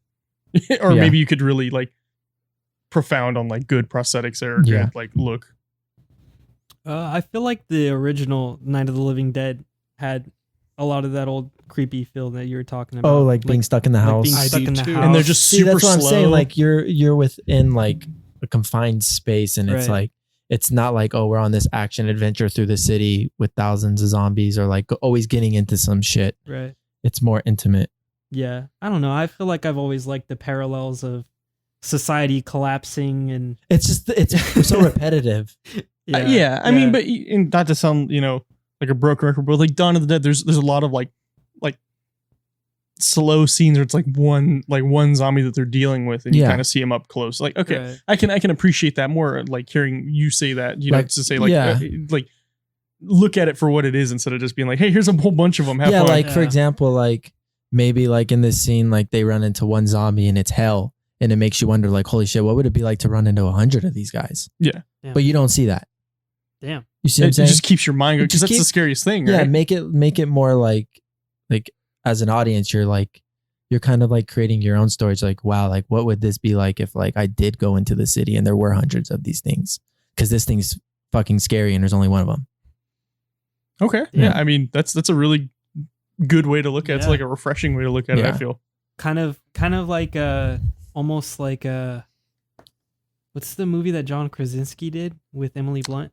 Quiet Place. Quiet Place. Like that. They're dealing with like one or two creatures. Yeah. One or two until like the very end. But at that point, that one even still gets a little actiony. Yeah. Yeah, but like he gets like the gun and stuff. Yeah. He's like, they're coming. but that like I watched that and I was tense the Yeah, whole the movie. tension. It was The very tension, There yeah. was a lot of tension. yeah, Yeah. Great movie. It was a I could really just good do movie. without the whole like we learned how to kill him, pull the shotgun, like they're coming, like Yeah. let's go fuck them up. You know, like the whole hero thing. Like Yeah. I get it, but Well, I mean, we'll find out what happens in The Quiet Place 2. Coming soon. Has there? Oh, go ahead, Christian. Sorry. I feel like zombie movies like are kind of like their own subsection, kind of away from horror movies, because the appeal is different. It's like about like the apocalypse and also very action driven, like you said. And I think you're definitely right. Like an older movie, like step you out said, of that. Night of the Living Dead. It's like, yeah, it's about zombies, but like you still see like a drama going on with the characters, and it makes it more intimate and unsettling. Yeah. That movie is fucking awesome. They had a black main character. Oh, okay. During the civil rights movement Yeah, too. that was fucking epic. Okay, so I want to clarify this with you because I watched Night of the Living Dead, the original movie, Mhm. and then my recollection of the movie is that at the end of the movie he gets shot and killed by some random people. Right. Is that what happened? Yes. So Because I had an argument. Somebody was telling me like, no, he doesn't die, but I'm like, yeah, he does no, die, he gets killed. He gets shot. He which leaves is so the messed porch. up. Right. And it's almost like, did they know he was a zombie, or did they just not care because he was black? Yeah, like they could be bastards. Right. Exactly. And that's the social commentary aspect of that film. Was that? Yeah, because George Romero was saying like when he was in the car, like going to set, like they had just heard on the radio, like MLK had been shot. Yeah. Like it was right. Yeah. Like they were getting ready to go film for like the first time, and he was like, "Holy crap, Martin Luther King was just shot and killed." Like, so that gives you like an aspect of the time frame of when that movie was being filmed and produced and everything. It's crazy. Way ahead of its time. Way ahead of its time. I'm just so disappointed because George Romero ended up making quite a few bad fucking movies. Land of the Dead. I liked the first Night of the Living Mhm. Dead, Dawn of the Dead, Mm-hmm. and Day of the Dead. I also Great. liked Land of the Dead. Yeah. It wasn't as good as the first three, but I liked Land of the Dead. Right. But everything after that, just diarrhea, like terrible. Right. Like he needs, like I'm disappointed. He needs to stop. He invented this whole thing, but he needs Yeah. to stop. What was after that? It was Diary of the Dead. It's like Diary of the Dead, Survival of the Dead, something I haven't like even that. seen the. I think the I one have. after that. I think I have one. I thought Diary of the Dead was somebody else because I have one. Because I had. Ooh. I have. I believe it's Diary of the Dead. I have it and I watched it and it was like a No, really it- weird like British one, and they were like, I want to say there's another movie of the same title. okay, so then maybe that's the one I have. Yeah, because I remember he took a break for a while, and it was a big deal because he was coming back, and he was doing another zombie film. And everyone was like, And, yeah, and then they're like, yeah. oh. I remember I was super excited for it, and like at the time it came out, I don't know how I managed to do it, but I watched it on YouTube You can watch. There's plenty of movies on YouTube. now, but that was like back like a while ago when YouTube was a little more strict. I feel like they're more strict now. I remember watching Tenacious D for the first time on YouTube like Really? years ago. I want to say almost like 10 years ago. Huh. Yeah, like there's plenty of movies on YouTube, but yeah, I feel like he's like the either you die Don't the do that. hero. Pay for movies. Either you die the hero, you live long enough to be the villain. In this case, just like either Yeah. you die like, oh, here's all these great movies I did. He's like, hey, I did really great movies, but look at these other movies I did. Yeah, that just man, he I mean, I think he's done now. Don't quote me on Hopefully, that. after those. Well, have to wait and see. well, he's dead, so Oh yeah. Oh yeah. Oh dude, see so many people have died in the last few years. Like famous people in movies. Who's next? Stan Lee? Oh my god. Yeah, like I barely remember that happening. So yes, I guess he is done. yeah. Nah, they're gonna scrape something out. But look at what he did. He had this, and He had this hidden script. we're gonna do it, but we're gonna rewrite it completely. But it's still him, guys. Wait, we when did he promise. pass? Last year or the year before? I want to say it I was think maybe 2017, honestly. I think so. I think it was a few years ago. Wow. Yeah. So yeah, he's done. Rip. Rip, dude. So he did die in the film. Wow. It got dark for a minute. It got there. real dark for a minute. Yeah, I feel like I like the way Dawn of the Dead zombies look, like the remake, because like it's just like, and when I realized it when watching like the behind the scenes, like I forgot his name, but the makeup artist who did it all, he was like, yeah, I'd just leave like chunks hanging off, and they're like, one of the ladies like that was helping was like, are we gonna cut that? He's like, no, just leave it on there. It looks cooler if he just has like just like I think they literally use like beef jerky. You know what else maybe I'm stupid and there's something I'm not understanding about zombie films, but when they run out of people to eat, why don't they ever start eating each other for survival, like dominance? There's some like, right? Damn, man. There's some games that do You know that. this Not to Games, get, but not yeah, movies. not movies. Like oh shit, this one's scary. Like this one's eating other ones. This one's dominant. Like he don't even care about me. If another zombie runs by, he might start eating that. Well, I believe with Dawn of the Dead, I think there was somewhere in the plot, or like it was They like, smell the living or something like that. well, it was like basically eventually they just didn't have any nutrients for their body, and their body just gave up on them. It was something like that. But yeah, I mean, yeah, why don't they have It's like, still technically flesh. yeah, Right. So flesh is flesh. It's yeah. just, I think it's like Giga Zombie just eating other zombies. very briefly in The Walking Dead, they had a cannibal plot line. Like these people welcome them in, like their old like town had been destroyed, and they're just traveling, and there's this new community, and they're like, oh yeah, come in, we have supplies and amenities, and you could be our friends. And then like the people from their group start disappearing, and then they basically uncover like a cannibal plot. So But that's all I've really seen. I just thought of this. It's not a movie, it's a game, but a perfect example of how I could see zombies being done in a movie is the clickers in The Last of Us. I like that depiction. When you run into a clicker, it's like I don't want to engage. I want to I want to run. Yeah. I want to run. But yeah, I in like movies the we don't see premise that. of Though. We don't see that. Right. No, maybe that's what we need. Maybe I should just make a zombie film with like, hey, they stopped having humans, so they ate them. Here you go. they had stopped having uninfected people, so they started eating each other. Well, maybe we will see that because that's being made into a series Last on of Us? HBO. Yeah, But it's going to be a series, not a movie. even So there's better. going to be I'm not hopeful that it'll be. Yeah. That's No, all I can what? say. just don't get too hyped because then you're going to be let down. The going into that goes into like politics of like the next game and leaks and all this other crazy stuff that's kind of unrelated. I honestly think The Last of Us should just be a video game. I do too. It's good. It's a great video game. It doesn't need to be a movie. The same way I don't think as badass as a God of War movie would be. It's a video game. Just leave it as a video game. That's pretty much always my philosophy. It's Yeah. like they don't need to do that. The same way like whenever they take a classic and they try to remake it in See, a movie, that- it always ends up being That trash. is making me real mad with Disney right now because they're like, you guys want us to remake this? Like, no, just write something new. Yeah. Like, look at just Coco. leave the stuff that's good Oh, alone. Coco's so Like good. Coco, they made Coco and it was like a great movie. And it was like, see what happens when you don't just remake something and you come up with something? Disney back at making me cry again. Yep. I cried in theaters on that. It was a good one. That was It really It was a good. good one. But That yeah, was really I sad. think that's a big problem today is we see so many like remakes and so many people were like, what if we take all these actors and remake them into these characters? Like, no, those characters were good because of the actors that played them. Don't try to Right, force another actor to take on the mannerisms of the previous actor in that character. Like, just leave it for what it is. Just, we don't Even have to the remake time everything. it was made, it kind of gives it yeah, a feel. yeah. It's like nostalgic. It's like that's why I go back and watch those movies. It's because it's a nice feeling. But yeah, I feel like today, like, oh, let's remake Ghostbusters with like a whole different where- cast. Like, it didn't need Where to does be that done. come out from? I don't even think there's not like a plethora of people asking for it. I don't think anybody's asking No, for nobody's asking for I think it. they're just like, hey, this movie made a lot of fucking money. Let's, Exactly. And they're like, we Yeah. don't have any ideas. So let's just remake an old movie and we'll just throw it out it. Yeah, there. which kind of sucks because I mean, you think about it. Think about how many independent people are out there that write amazing scripts for amazing films that don't even get a second look at, Or I mean, just go straight to YouTube and right, 300 people watch it. right.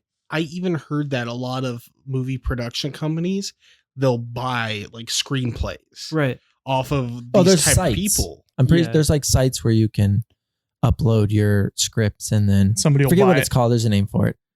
and they'll just buy them up like just on the notion that we might use it and we don't want the other production just to have the companies rights to it or whatever. Yeah, and then it just sits. let's make live action Bambi or like whatever the next thing is. Live action Bambi.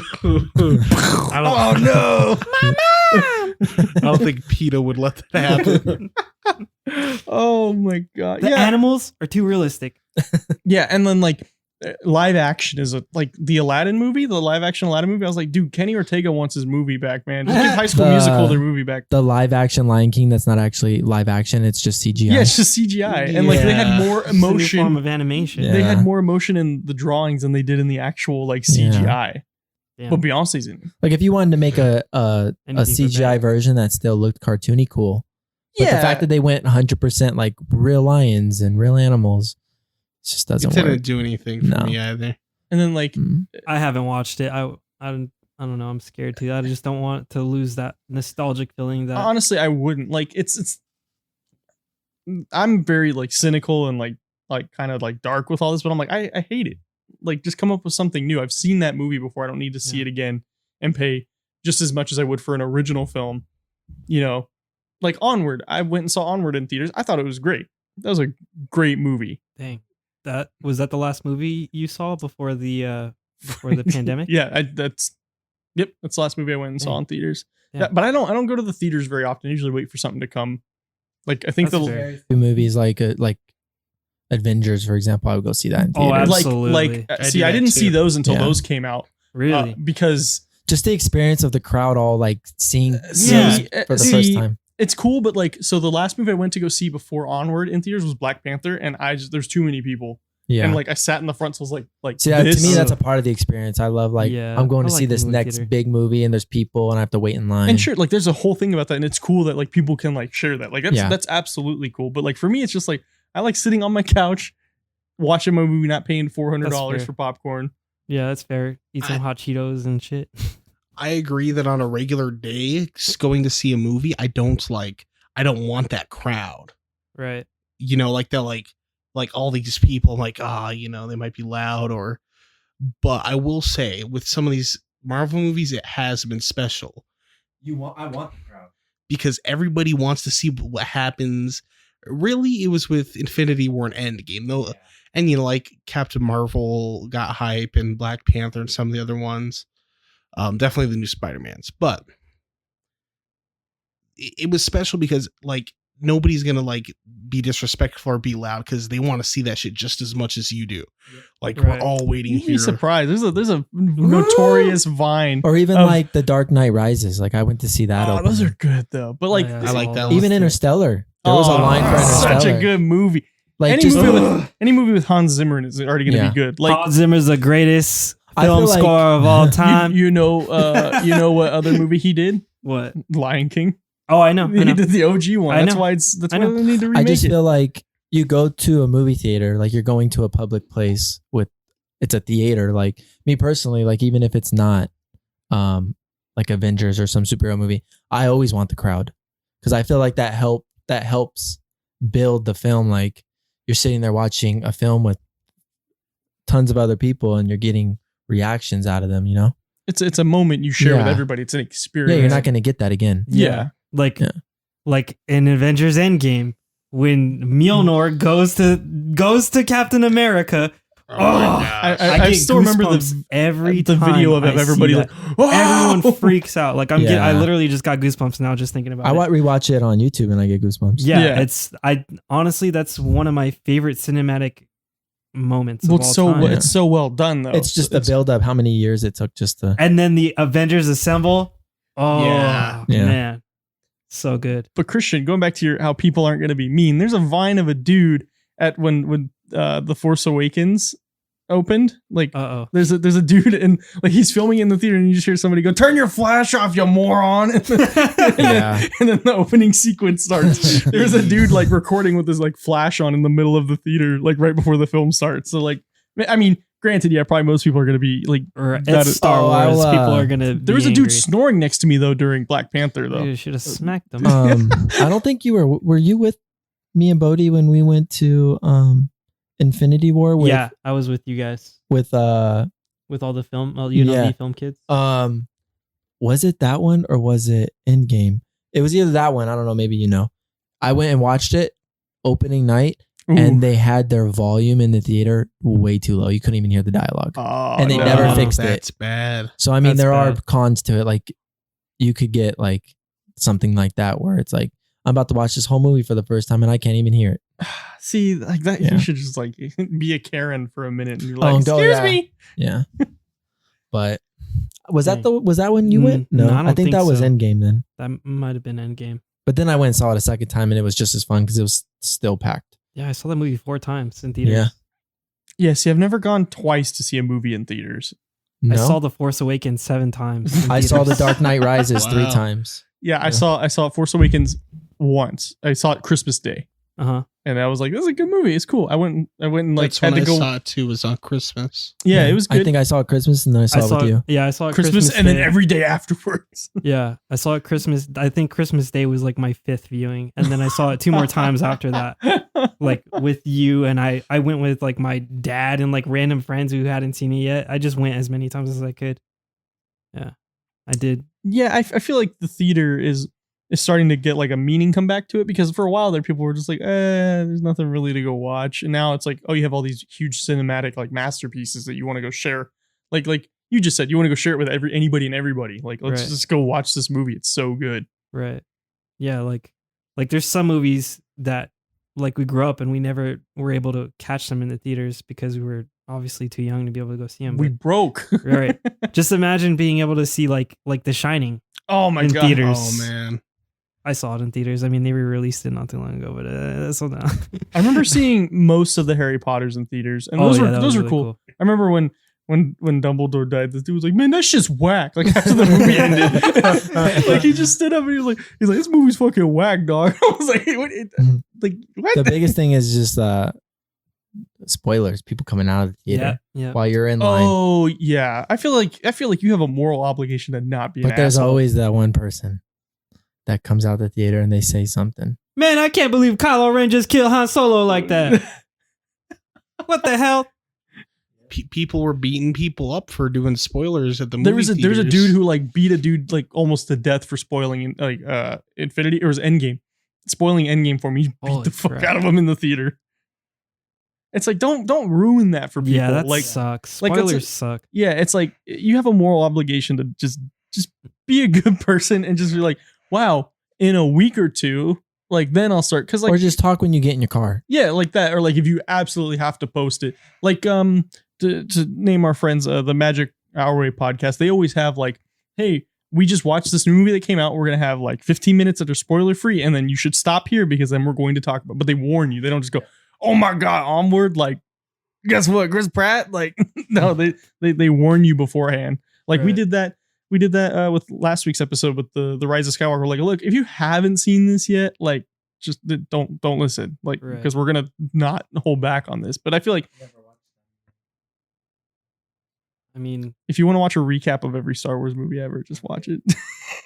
I can say that I was not impressed. I think that was the first time I didn't watch a Star Wars movie in theaters. You never watched Solo, right? Or did you watch Solo? Not even. I also didn't. watch Solo. I think one night I was going to bed and I needed something to be on the TV, and I just put it on and I went to bed. It's great. Solo's great. Just as background music. I love Rogue One. Rogue One is amazing. Rogue One I like. Yeah. I'm just really sad that we got the really good character development just for them to just be, killed off. I mean, I get it because I thought that was the coolest aspect of it. Was that me too? It was like seamless with A New Hope. I just don't get the idea of, hey, let's make a Han Solo movie with new actor when we had Han Solo when he was young. Yeah. Well, they didn't. It's like we know what Han Solo looks like young. Like but now we got Kira, and now we got. I feel like it takes me out of it. I know it's a movie. Harrison Ford's made. Fuck you! I don't want to be in movies anymore. Just throw him in there. Right. Yeah. Yeah. Like going from an old Obi-Wan to a young Obi-Wan, that's fine. Like I can believe especially that Ewan McGregor looks like him. Yeah. But and going even from a gap. young Han Solo to a young Han Solo, it's like, no, we've seen what young Han Solo looks like. You see what I'm saying? Yeah. Yeah, like especially because to everybody, Harrison Ford is Han Solo. Is Han Solo, yeah. It's not like a comic book character where it's like it could be anybody. Yeah, like Spider-Man It is or Han Solo. Yeah. Even though Tobey Maguire is Spider-Man. But It's like we've seen him. We know what he looks like when he's 20 years old. You know what I mean? Or whatever it is. Right. It's just a little off-putting.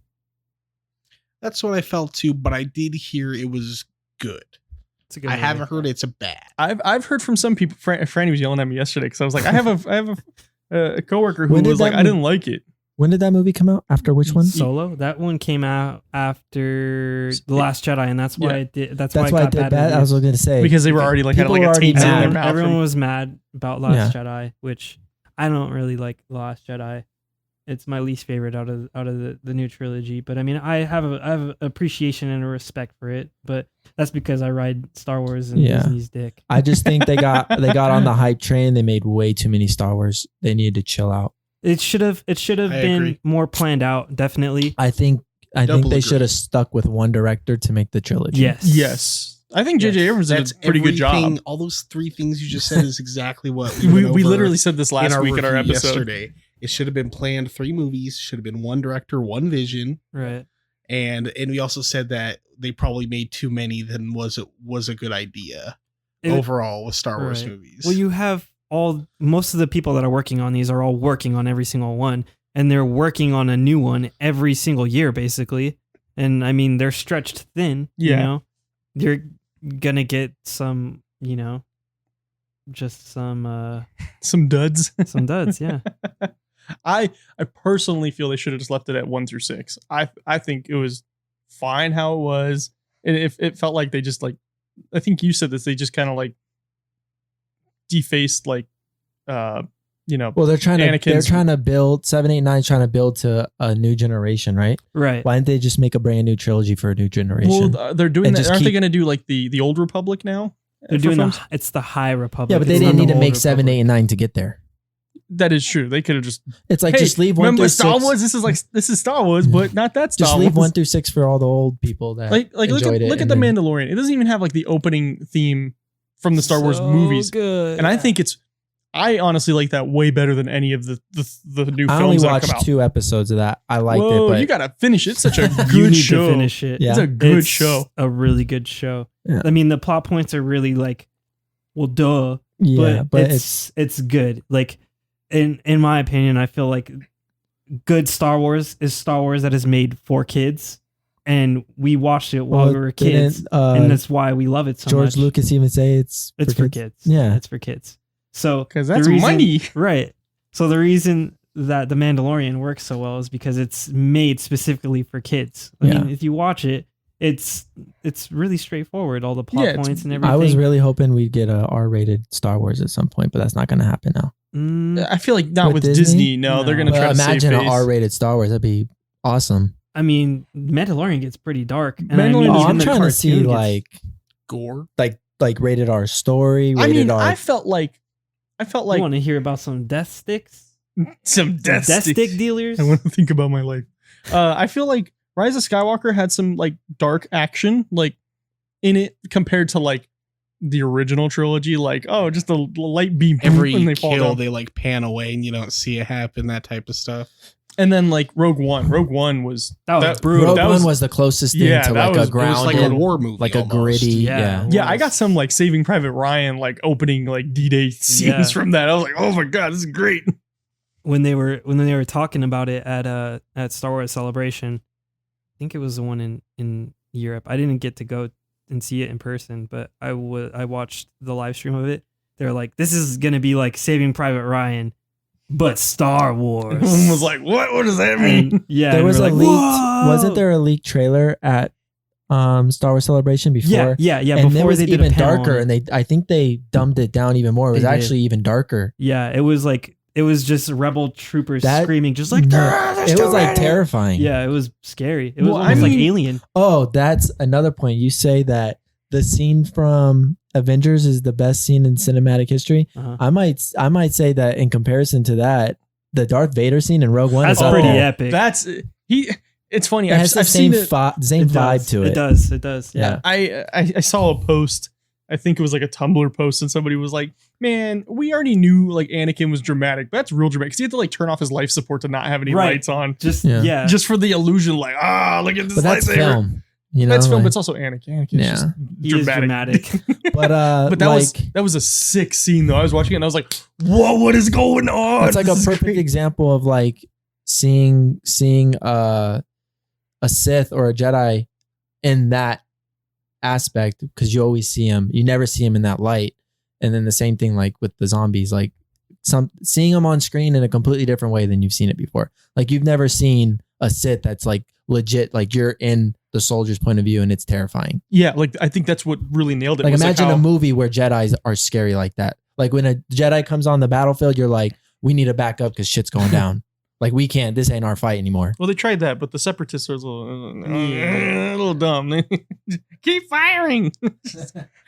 Oh, yeah, I see your reference towards Clone Wars. I know exactly which episode you're talking about. We got a plan. Got a plan, all right. I think Rogue One was really great though, because like even the plot point was really dark. Like, hey, we're probably not gonna come back from this. So Yeah. thanks guys. I feel like the whole movie was supposed to be that dark, but then it got chopped up and lighter. I feel like the whole movie is supposed to be like that Darth Vader scene, just dark. Even like with Rise of Skywalker, the scene where Rey thinks she kills Chewie, like that was like that scene alone. I was like, that's pretty dark for a Star Wars movie to think you just killed off Chewie. Right. When I was I go to opening nights of every Star Wars film. So when I was there, as soon as that scene happened, this dude got up, stomped out of the movie theater, and then his mom chased out after him, telling him to come back, come back. It was pretty funny. But I just remember seeing that, and I actually was like, they killed Chewie. I think literally when that scene happened, I was like, that bitch. I was like, really? Like you gotta just like, I'm ready. Hey, that's a plot. That's a plot. What's the What twist? No, not plot twist. Plot hole. There we go. Oh. That's a plot hole. Where'd that other ship come from? That Well, Chewie was on? if you look at that when they're loading them in, there's another ship there. Oh, there is. Yeah. Does Star Wars have a lot of plot holes? Yeah.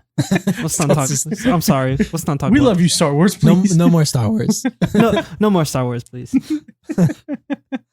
Yeah, I think that's a great example of like maybe that's how zombie movies should be. Is like show them in a light you don't see them. Yeah. Maybe it's been shown in other media, but maybe if you show like somebody like in the process of turning, they kind of did it with Dawn of the Dead with that one guy who they were like watching the whole time, and like the guy's wife who was pregnant and then gives birth to like a zombie baby. That was wild. That was crazy. That was Or crazy. maybe a zombie movie that's so far into the future where like it's been so long that any zombie you see is so decayed, doesn't even look like a human. I feel like Walking Dead kind of does that though, Kind right? of, yeah. Yeah. They have them They have just, like mushroom They have some, zombies. yeah. they like melt into like the mud. They're just like it's just a puddle, and they're like, Yeah. I like the designs of their zombies. No, Like, their they do zombies really, look They really awesome. do unique stuff. Like the ones that are like the chomper zombies where it's like all Yeah. teeth, no Yeah. lips. Yeah, there's no lips or, I or love skin that. around Like, it. if you're rotting, what's the first thing to fall off is like your fatty parts. I mean, your lip is. Yeah. They're just sacks of meat, dude. This meat coffin that we're in. This Gungan. Yeah, I mean, I feel like maybe if you showed that, like somebody like that's the whole story is just them turning and like their thoughts about it, and like maybe somebody explores what that's like, because we just know, oh, I'm human zombie. Like there's no like, oh, my thoughts all of a sudden started drifting, or like I know there's some games or movies where they like talk about like, oh, some of them they're maybe not entirely zombies, but they're still conscious of what they're doing, but they have no control over their body. Yeah, so like I forgot about that. So maybe if they did like something like that, like they explored like what happens to your mind and like the mental. I just think a zombie movie that's more survival, not survival action adventure. Okay. Just the survival aspect of it. Okay. With a little bit of an eerie, creepy vibe going on. Okay. So something that's just straight up like we're not here to just go in a guns out blazing. It's more of like we're sitting here hiding in this like behind this cover, and they're passing by, and that's all we can do. Yeah. Or like all like Like we don't have an arsenal of weapons. right. Like I might have a exactly. pistol with 4 bullets left. Like what's that? The Road? Oh, The Road. I was gonna say, I was trying to he think of has the name. 2 bullets, one for him, one for his kid. Like the last thing you want to do is go into the city because that's where the most stuff is going to go down. Yeah. You see what I'm saying? Yeah. Yeah, it's like It's like we got to stay out here because Like you're trying to survive, maybe out in the woods. Like you're trying to be away from it all. And then you can like in that movie, you also see like how dark people can be. Like when he sees that guy, and he makes him strip and like Yeah, like zombies aren't In even front of his kid, aren't his even the kid was biggest like, "What are you threat. You doing?" know. yeah, like literally you got to be careful of the other people because you Yeah. don't know what they'll pull on you. Right. I feel like that's what kind of Walking Dead went Yeah. towards the end. They went more Yeah. like, the zombies are here and yeah, they'll kill you. But like that dude over there, like But He'll it's kill just you to keep worse. it interesting. So they're like always adding and like making it more over the top and like Yeah. what you're saying like the mushroom or like the what's that one the sewer zombie? the well zombie The or well- yeah. Oh, They yeah, just yeah. From the adding things second to change season? it up and make it fresh. You know.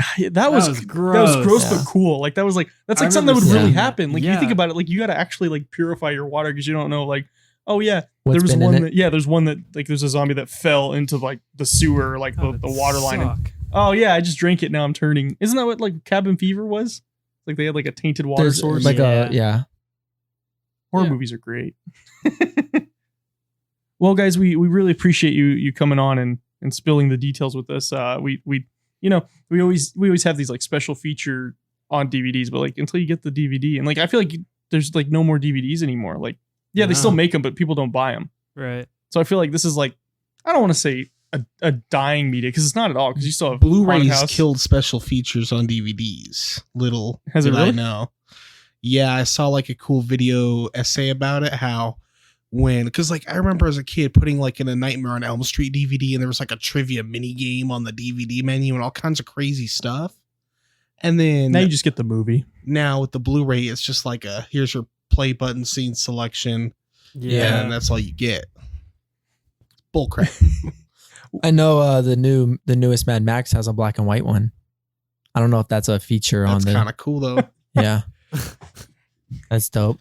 But I know what you're talking about. Like older movies, they always had like an abundance of like things to like Or like behind the scenes, yeah. bonus features, all kinds of cool ass stuff. Like bonus scenes.